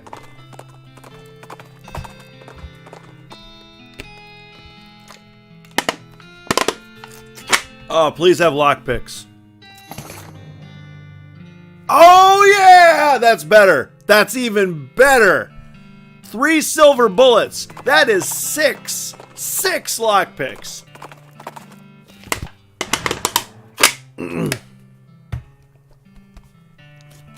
Oh, dude, that's amazing. Make needles.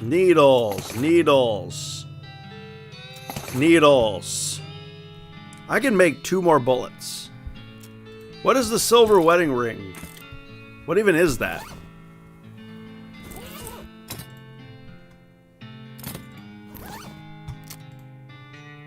Do I even have it? Is it this? Old wedding ring. Is this the silver wedding ring? I don't think so. I could be wrong. I wish there was a quick way to search. Silver wedding ring.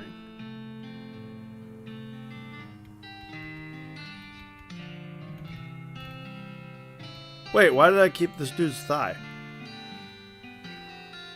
Oh, it's a weapon! Oh! No, it was a weapon. Cryptic note about ley lines. I'll read it. You examine the diagram, but you can't make heads or tails of it. You stick the note in the journal for now. Okay?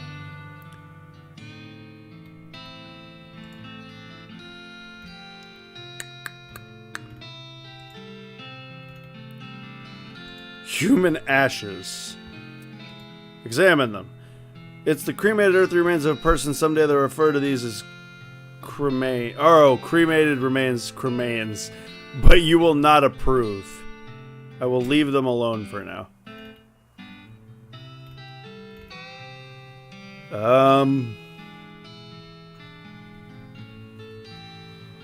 Whatever. I've got enough. You know, I got enough. I don't need. I don't need to be greedy. I got a bunch of needles at the moment, so. An odd flash of light nearby prompts you to stop and investigate. You discover a goblin with a strange hinge hinged board covered with shiny foil, which they're using to reflect sunlight onto a pair of leather boots. Hello. What doing? Tanning. Am a tanner. I can just fight it. I'm going to talk to him. You are tanning boots? Yes, yes. Sun using to make very tan. I don't think that's how it works, but I guess you're the expert. What? Ooh, I should hornswoggle. I will hornswoggle. How much do you sell a boots? $2.50 meat. That is too much. Oh no. I will asking again, and you asking for less. Oh, this is haggling. Okay. Okay. Is he gonna really break it down one meat every time? That is too much.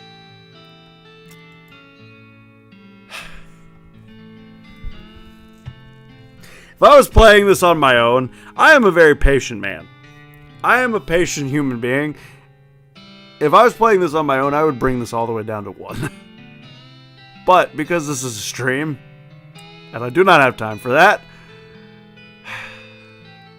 I will not do that. I'm going to plug my computer in.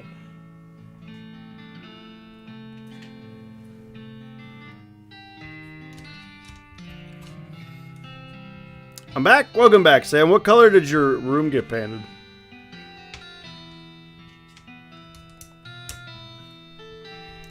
Too much. Too much. Too much. Fine, man. I'll buy them. Overly tanned boots.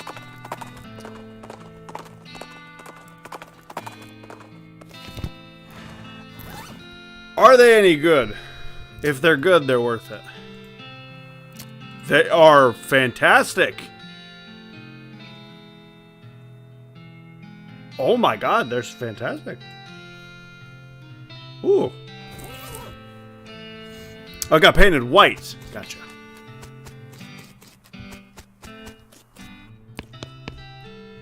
That's not right. Did I just get a snap? It's got a snap. It's got a snap from Maury. Look at that later. I already did that. Pick. I opened it. Wow! That one had 5 needles in it. That was worth it. That was absolutely worth it. The locker is filled with dirty laundry, assuming the laundry at the very bottom of the pile was hidden there on purpose because it's important. You grab it. Kurt's Fit headband, Kurt's Fit pants. What? Muscle and speed and... oh my god, speed maximum health. That is amazing. I don't know if I'm going to wear that because I love my Pope hat, but that's really fucking good. Yeah, I can't. I can't. I've got to... I won the Pope hat in a fight. I've got to keep it. What? It's a vibromatic skeletal agitator? Strap yourself in. You strap yourself into the machine, turn it on. Intense vibration make your teeth bang together uncomfortably and it hurts. It's a lung flex. Suck on the blast hole. You've had enough exercise for now. This place is terrible. Oh. You've had it with fitness. Maybe you could try later. Oh. Pick the wrong one. Pick the lock. Go inside. There's a lot of grain in here. You don't need a lot of grain. You know where to find it. I found unlimited grain? That's just a thing I can have? I have unlimited grain. If I ever need... oh, that's a lot of grain. Unlimited grain? Take it. Big coil of barbed wire. Seems weird. Endless stacks of grain. Oh, can I only carry one at a time? Manure? Oh, dude, look. Oh, look at all the needles. Oh, yeah. That's a lot of needles. Foraging. Oh, dude, it's nice to have foraging. Let me tell ya. As somebody who didn't have foraging and now does, it's nice to have. I'm going to upgrade my foraging again. I'm full forager. I'm a master forager. I can forage really fancy goods. I'm a master forager. Let's go to the Jelly Bean Thieves hideout. I fight it. Whatever it is, I fight it. Oh my lord, what is this? It's Cow Satan. You shattered the obsidian monstrosity, but good. You shattered that obsidian. Okay. Like an undulate horn, that's thing, and Susie puts another notch in her rifle.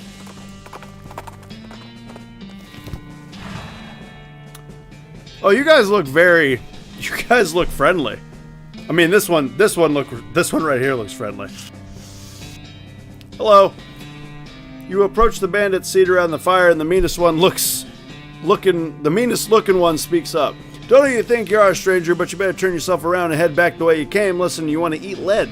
That's not very neighborly. Take a hike, neighbor. You fellas stole a jar of jelly beans from an old man, and I aim to give them back. Is that right? And just how are you planning on doing that? Oh, dude. I'm a hornswoggle him. With meat? I don't want to pay him, though. I really don't want to pay these guys. Hold on, we're gonna see what happens. Why, I plan to buy them from you, of course. Heck, all the trouble you fellas went to get them, I couldn't let you leave them without just compensation. Wouldn't be right. And let me congratulate you on a robbery well done. You make your way around the campfire, shaking the bandits' hands and patting them on the back, and then pay them all the meat you picked from their pockets and leave cheerfully. They leave cheerfully. Oh. Oh, I see. I stole the meat from them and then gave them their meat back. That is genius. It's the missing beans. I got them. Mint beans. A cache of ill-gotten gains. Interesting. Seal of the crowbar. I got some. Why do I need 10 dynamite? I got a year's supply. I loot it. Nice. Kurt's Fit headband. I got another one? Cool, I guess. Plum pudding. I guess this box doesn't have anything. Alright, cool. I'm happy with that. Solid outcome, I would say. Howdy there, I'm Wandering Sally. Howdy, Sally, I'm Hickory. What's your line? Tarden, trading. I wander all over these lands, just like it says on the label, and I buy a little here and sell a little there to make my way. Care to see the wares? Sure.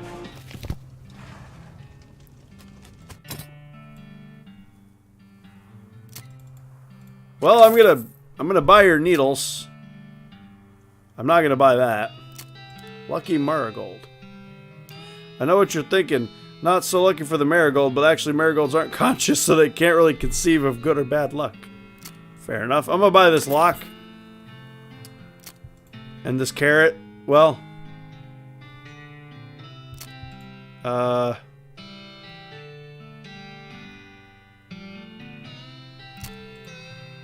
gonna... Can kill a lot of goblins all at once, but it takes a while. That sounds horrible. Well...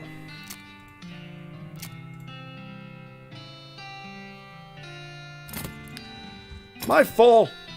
I can eat one more thing. I could level my grit up again. It wouldn't actually help me. Your stomach capacity determines food you can eat before you need a nap. Also, you can't take naps. You can only go to sleep for an entire night. 2,000 experience for that, by the way.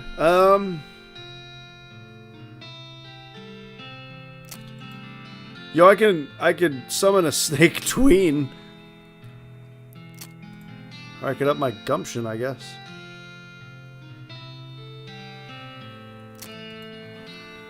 My glamour?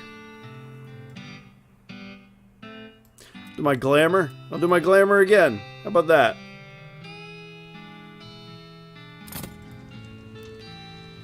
I'm gonna buy the apple. In case I want it. Alright, see you later, Wandering Sally. Through the shimmering waves of heat, you see a massive pile of bones on the horizon, and Veer spoops toward... I forgot that was my horse's name. Towards it to investigate. It turns out to be an even more massive pile of bones than you initially thought. You discovered a buffalo pile. Keep going. Keep going. Yo, what's up, man? I got your bean. You recover it? Yep.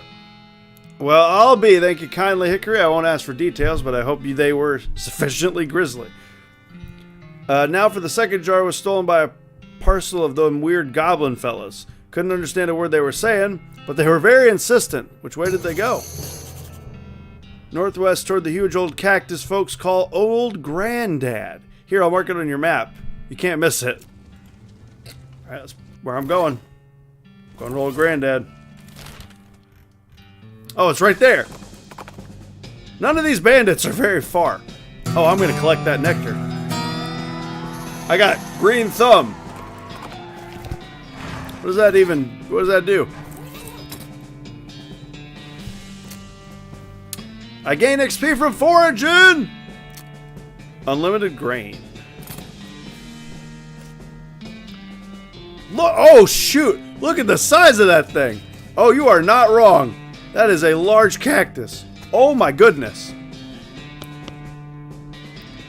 The guard blocks your path. Hey, no climbing for humans. Talk to them. I'm here for taking back a jar of jelly beans you goblins stealing. Oh, what? Jelly beans, little colorful sugar things. Oh, little fruit rocks. Yes, those. Those are for the pile. What? Anyway, no upstairs for a human. Maybe we can be trading. No trading, but you can be bribing me. Cool, what are you wanting? A candy bar. A good human candy bar of the Bubbles having. You know it? Do you mean soap? Yes, wonderful, thanking you. Can I climb now? Sure.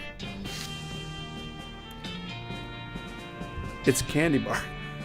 That's what she said. Wait. Hang on, what's in here?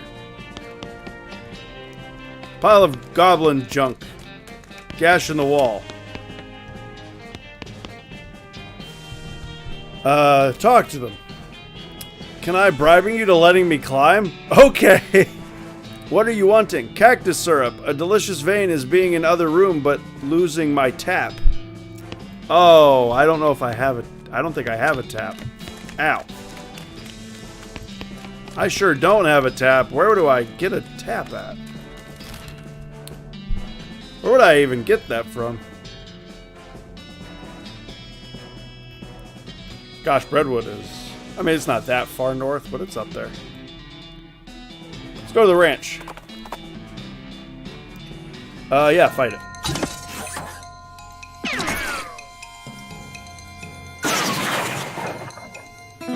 We did it!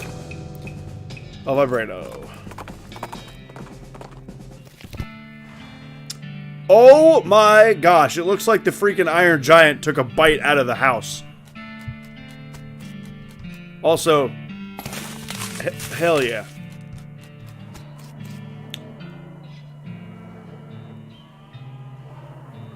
That's a portal. That's a portal. That is a portal from hell. Harvest that.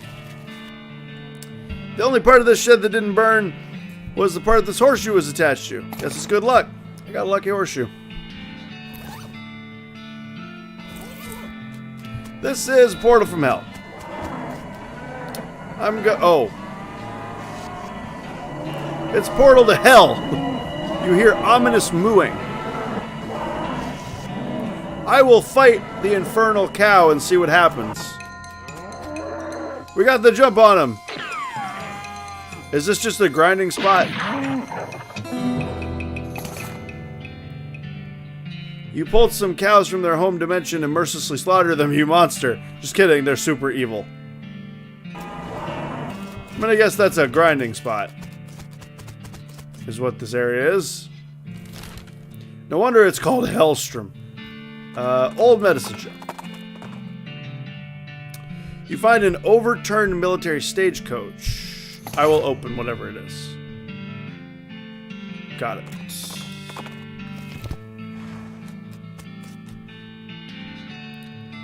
Old medicine show. Go through it. Oh, dude, nice! It's full of old snake pieces. You don't know how to use the fancy potion-making equipment. I don't? I'm a freaking snake oiler. What do you mean I don't know how to make stuff? One of them is real. Oils I have known. Now will I know how to do it? You read the book, memorizing each and every recipe. You got a skill, potionology. Ironically, the oils from your fingers destroyed the fragile old book while you were reading it.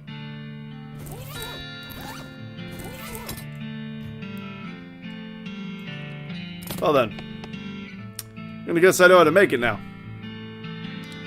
Sit down and pull out your briefcase full of snakes and snake parts. I will make this. What does this do? You socket a snake spleen into the kit's spleen smasher and extract the delicate oils. What do you want to mix it with? A liver.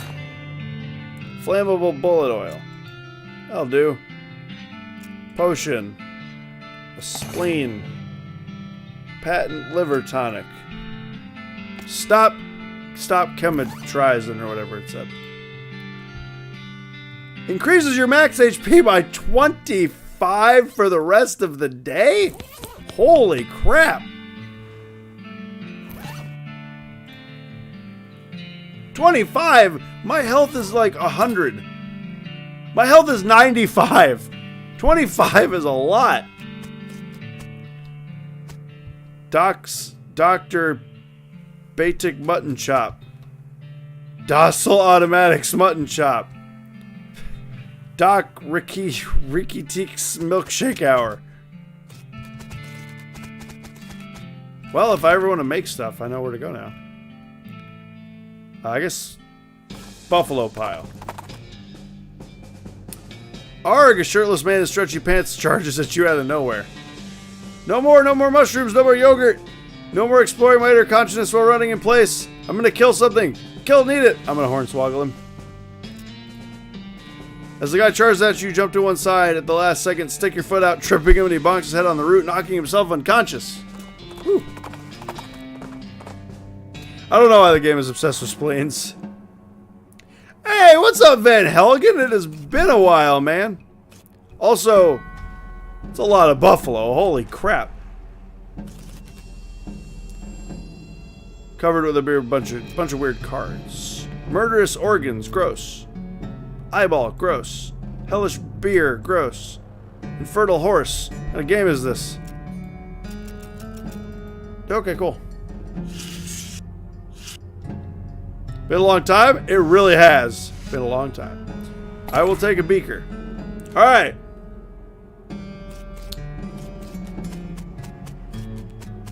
Gonna have to mix some stuff together. However, I actually know this. If you do this, milk, you have no idea what you're trying to make. You sure you want it? Yes. Milk. Lemonade. The beaker begins to bubble. Steam rises from the beaker's reaction, intensifies the steam from the reaction, causes the lemonade faucet to get clogged up. The boiling subsides and what's left in the beaker is fudge. It's a beaker of fudge. Beaker of fudge. It's fudge. That fudge, I don't remember what this does. Increases your muscle, mysticality, and moxie by 23 for the rest of the day. Holy crap. Holy crap. I will hold on to that for now. Alright, now I don't actually know what I'm doing. I wasn't even sure you were still streaming. I still stream 6 days a week. 4 to 5 hours. I've not been on a lot though. Gotcha. Atop the slab, there's a skeleton-shaped indentation with a buffalo skull-shaped indentation where the normal Hugh skull-shaped indentation should be. That's a good thing to keep in mind if you end up in possession of the bones necessary to fill this indentation.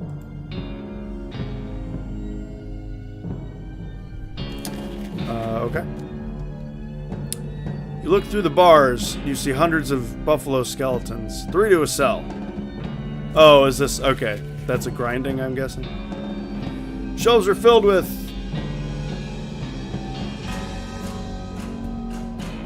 hundreds of crates, each full of human and buffalo bones, carefully sorted. You don't really have anything specific you want to do with human or buffalo bones right now, though, so while you appreciate how organized these guys are, there's really not anything here for you.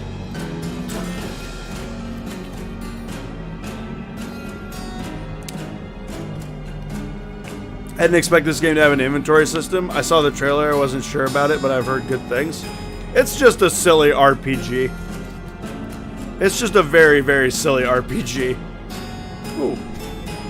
Wait, is it a toilet I can flush? Flush it.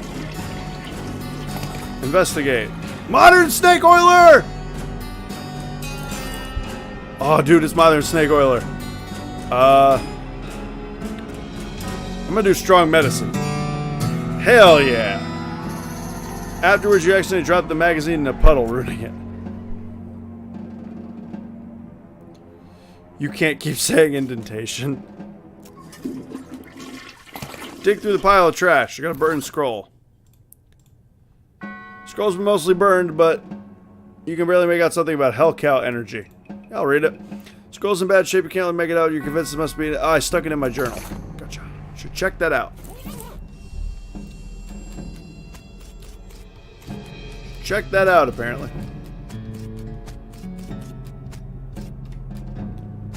Bones rule. Oh, yeah, I'll pick it. Got a black hood, bottle of buffalo tranquilizers, and 102 meat. I'll pick this too. Got a gold skull, buffalo soldier diagram, and some whiskey. Just sell it. Okay. Alright. Black hood. Kind of hood that minions of the necromancer might wear. Or you could wear it, I guess, now that you've got it. Wicked looking, I'll take this. Intermediate next mex. It's a decent sized wardrobe. Hide in it? Okay. You settle in amongst the thick black robes, it's pretty comfortable. Oh, wait. You wait and you finally hear some noises outside as a couple of cultists pass through on their way from somewhere to somewhere else. You don't catch much of what they're saying, but what you do hear is, remember, Doug, ichor after milk, rituals smooth as silk.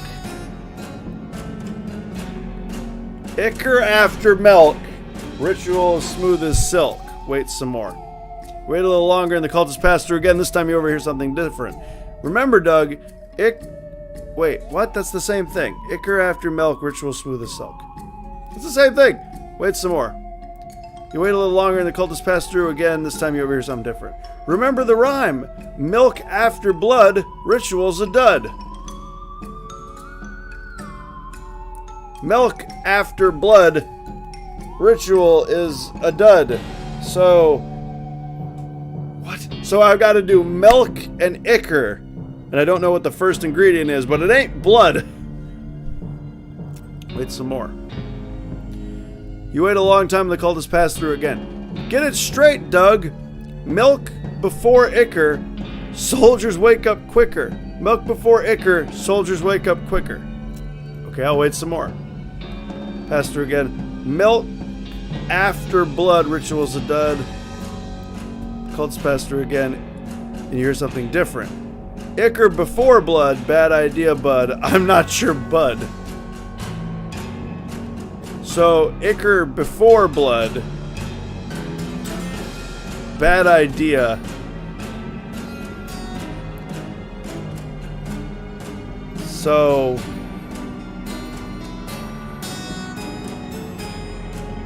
So, milk...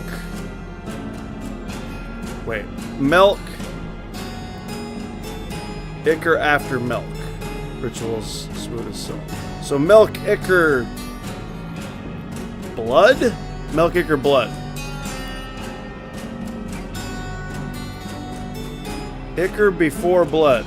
So ichor has to come before blood. And then ichor's got to go after milk. So milk has to be first. Okay. Milk, ichor, blood. Okay. I guess.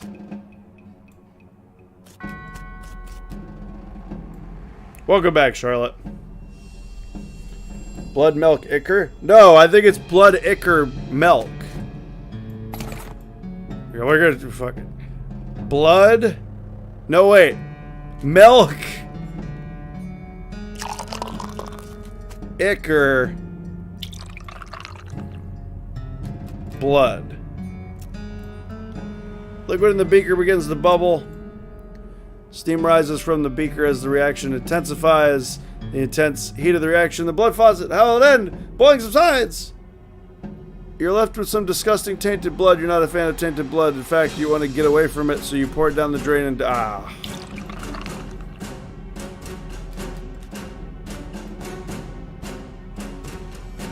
So, maybe it is blood, milk, ichor. Blood. Oh no, the faucet's fused shut! No! Well.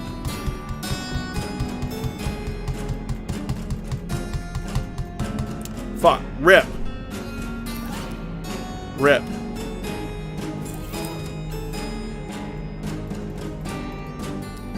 Well, rip. Anything else in here?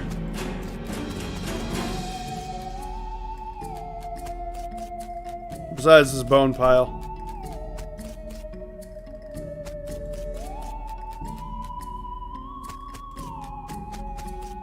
Nope, it's all looping. Alright, well, let's get out of here.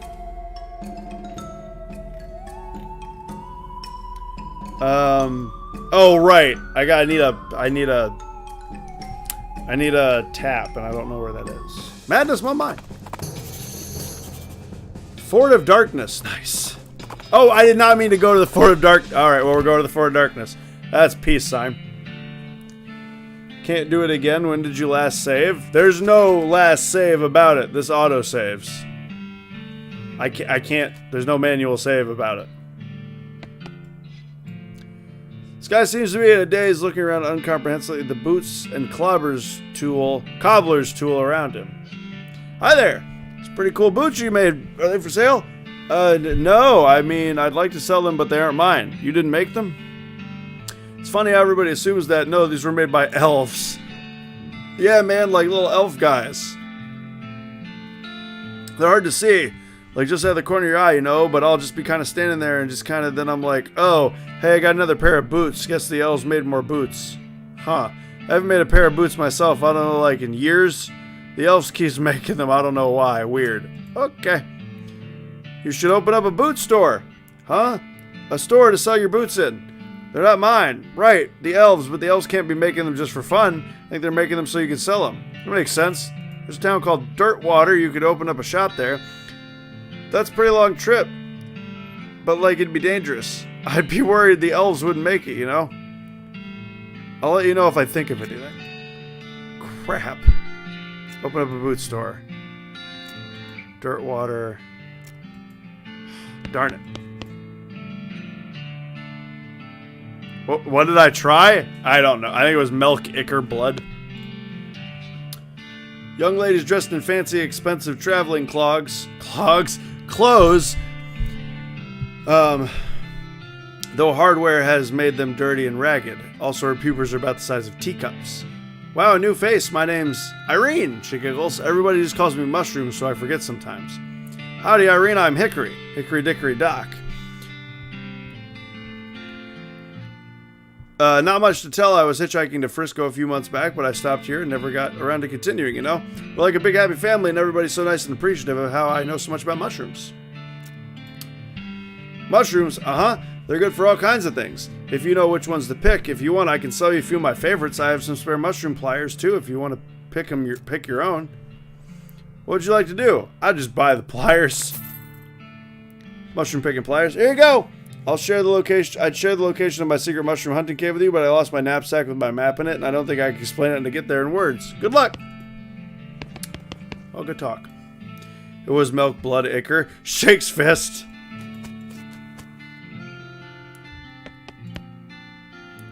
Hi, I'm Hickory. Teeth, clavicle, femur, teeth. Whew. I'll give her 10 bones. Bone sword. Very nice. Neat, thanks. I will now leave. I'm Hickory. Hickory Dickory Dock. Salutations, Hickory. They call me the talking dude because of my extensive knowledge of the principles of philosophy and the arguments and conundrums surrounding its various aspects and interpretations. I bet that's not what they call you that. Can I interest you in a discussion of the particulars of Kurtzian philosophy, Hickory? Sure, why not? Talking dude begins. Blah, blah, blah, blah, blah, blah, blah. Okay.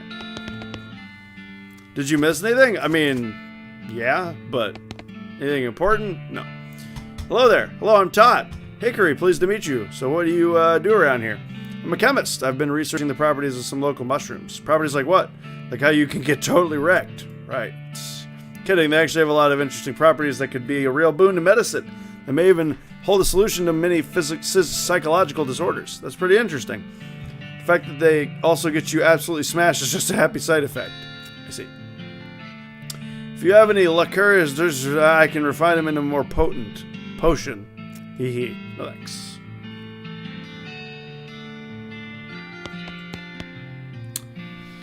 Hi. What are you doing? I'm just making dumb noises to entertain myself. Kind of reminiscent of something, but I'm not sure. She shrugs. Did you miss the dancers? No. No, you did not.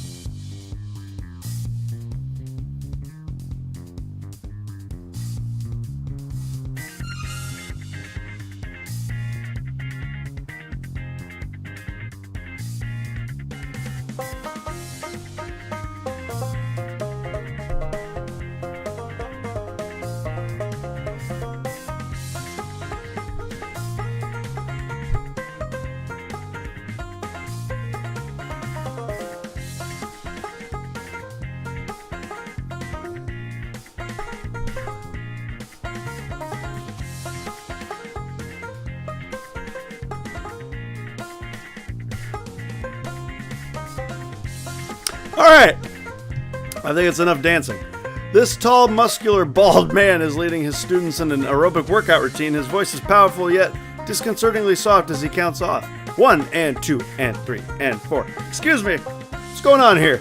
Exercise, you must strengthen the body. If the body is weak, the mind cannot be strong. The two are one. Who are you? I'm Kurtz. My methods will usher in a new age of power and will. Can I exercise with you? Kurtz glances at your clothes. You don't have the proper attire. Before muscle comes skin, before skin comes clothing. Look around, sure enough, everybody else is wearing the same striped pants and weird fuzzy headband. Alright. I actually have that. We picked that up earlier. It pains me to take off my Pope hat, but I'll do it for now. Turning on my volume wasn't a good idea. Did I know they were there? No, I didn't. No, I did not. That was just an interesting coincidence. Can I exercise with you? Oh!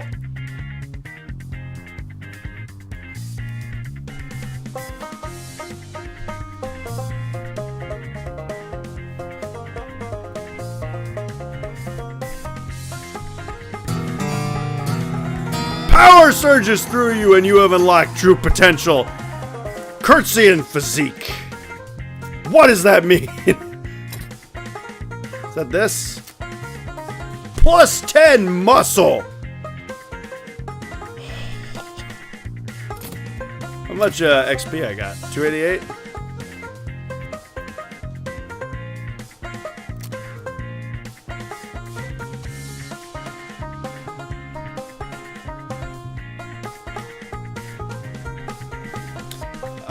I'm just dancing to the music.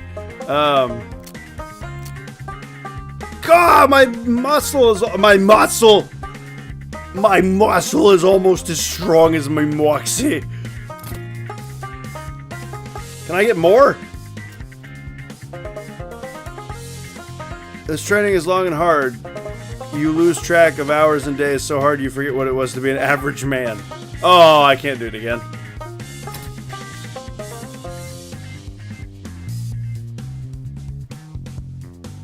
Now let me change my stuff back. Gotta go with the Pope hat, even though this headband is probably better, in all seriousness. And then I'm selling these. These suck. Spit soaked. I guess these are what I was wearing. Did we find this music? I think so. It's, I can't remember what it's called, but I found it somewhere.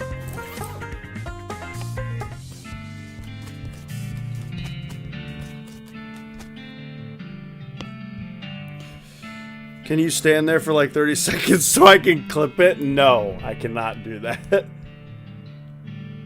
Yo, what's up, MME? How you doing today?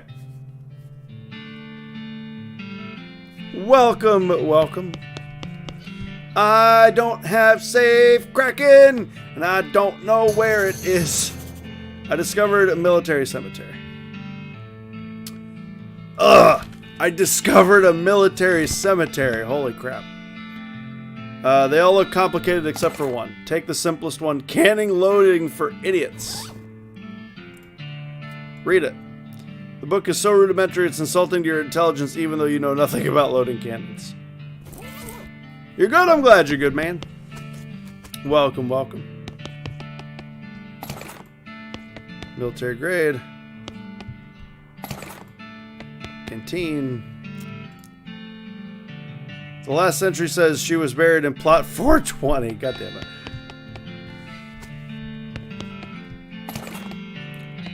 Oh, I didn't see what all that was, but it was stuff. A lot of stuff. Ooh. Oh, is this good? That's amazing! That's so good! My pistol is crazy strong now. Not idiots. Idiots. Yeah, you're right. It's cannon loading for idiots. Exclamation points. I assume you found it. Yeah, you did. Oh, that's a wall.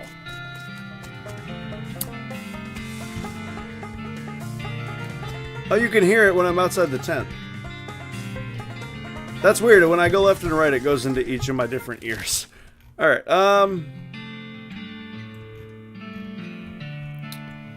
Madness Mom. I need a tap. Don't know where I would get one.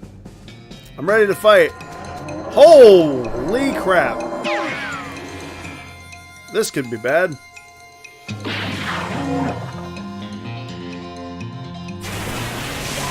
Don't me while I dances. Not minus 40. Why minus 40?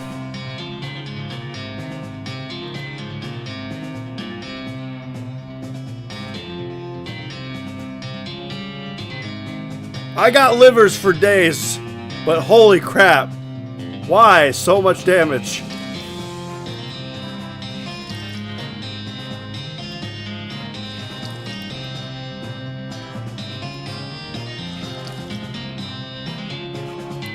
Alright, well that sucked. I'm gonna go ahead and do this.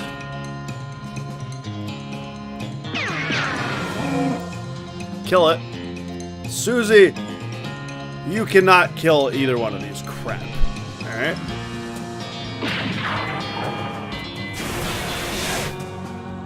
Why does it hurt so badly? I even have extra hot resistance.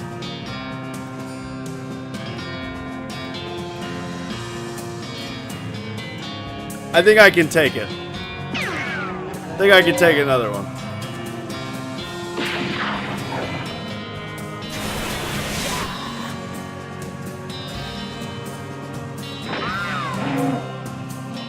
Well, that was awful. Why did that hurt so badly? I have 20% hot resistance, and that still hurt like that.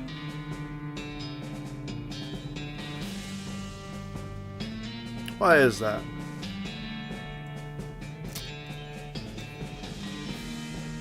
Oh, I can make my potions even better.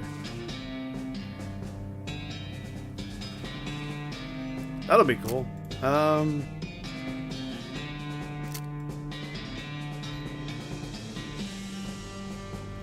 More meat is always nice. This is 2,000 experience. We may never hit that ever again. Is it because my mysticality is so low? That might be why. My mysticality is low. I think that might be why.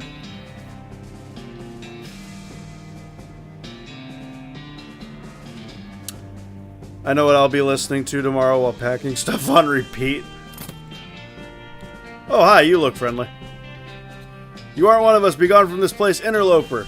Now you know something bad is going down. Nobody good uses the word interloper.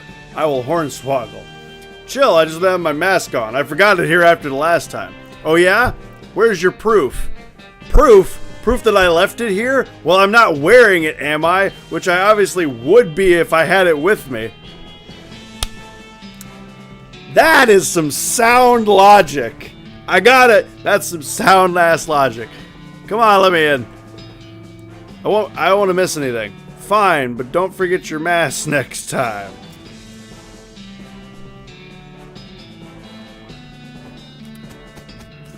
That's some sound logic, I gotta say.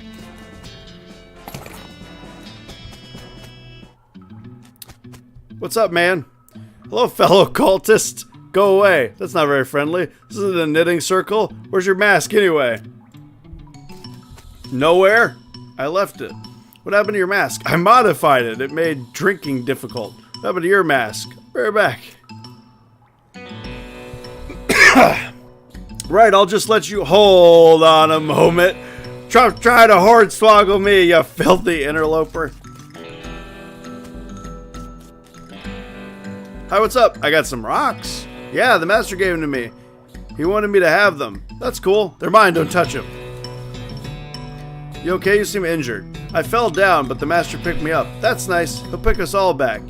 He'll pick us all back up. He'll pick you back up. Okay. How's it going? New mask, who dis?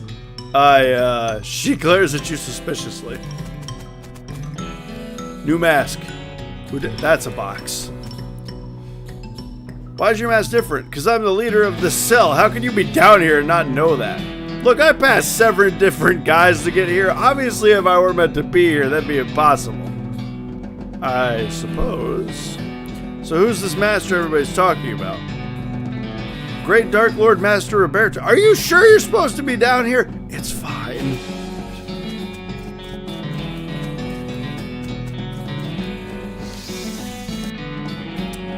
It says, Dear Jeff, the big guy says to stay out of here. Praise be to Roberto. How's it going? I'm listening. To what? The master, of course. Can't you hear him? Oh yeah, of course. He gives you a real side eye.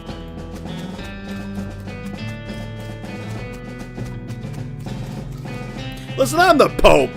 I can be down here. I'm the Pope. Yo, I'ma dig it. Dig a tunnel, dig a tunnel. Hello. The screen on the machine says Chano. There are 4 buttons. That one. Emits a noise like a duck and a slot opens. The scraps in your backpack vibrate, so you stick them in the slot, nothing happens. Must not be enough. Second one. Nothing happens. Third one. Nothing happens. Fourth one, nothing happens. Big cylinder. Yo, that's mine now.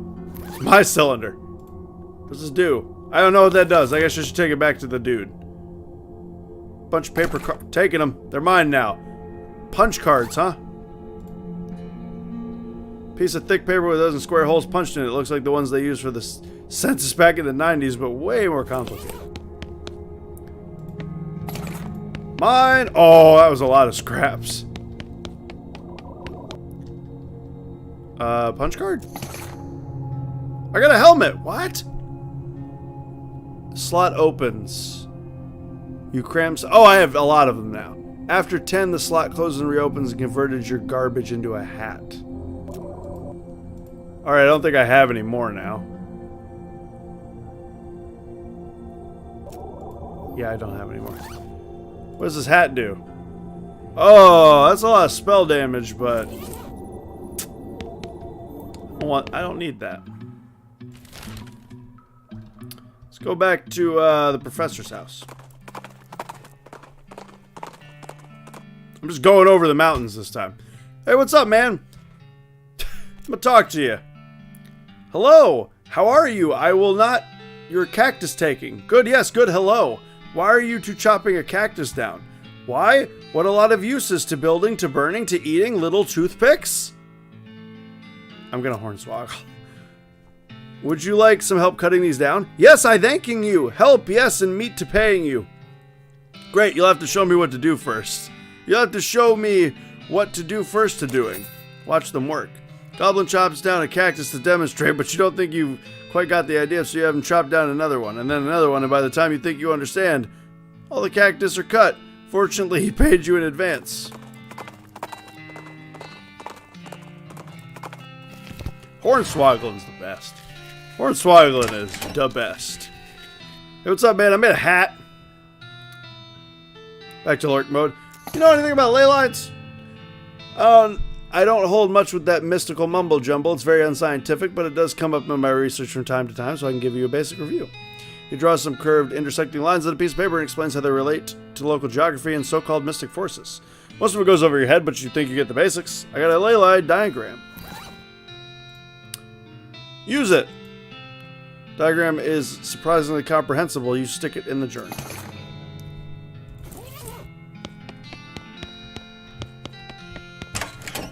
Well, I kind of wish I hadn't made a hat now. I kind of wish that I didn't do this. I would have rather had the scraps to bring back to the professor so he could make me keystones, but that's fine, I guess. Oh, shoot. Folks, I know we started late today, but I'm going to call it early because I feel like I'm losing my voice. I've got that, like, feeling you get in your throat when you feel like you're starting to lose your voice a little bit. And my throat has been dry, like, all day. So, I'm gonna cut it early. I'm gonna call it a night. I'm gonna give my voice a break. And then see if I'm good to go tomorrow. Losing your voice? What did you do? I talk a lot. You know this. Alright, so tomorrow we continue west of Loathing. More crazy stick figure adventure. It's awesome. I really like this game a lot. I don't know. Again, I think as far as I can tell, people have been enjoying it. But I freaking... This game's fantastic. I'm gonna have a lot of fun playing it.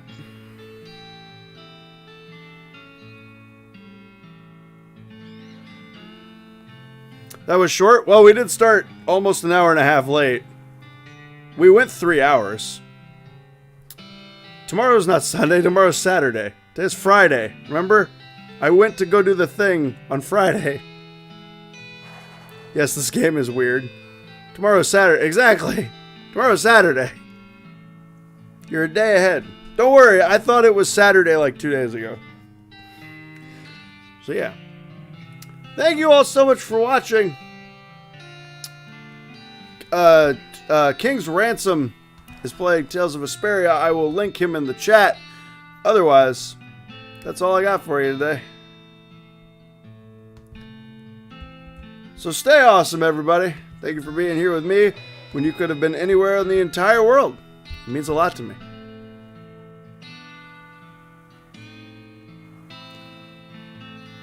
And I would cue up the dance music, but I'm not there, so.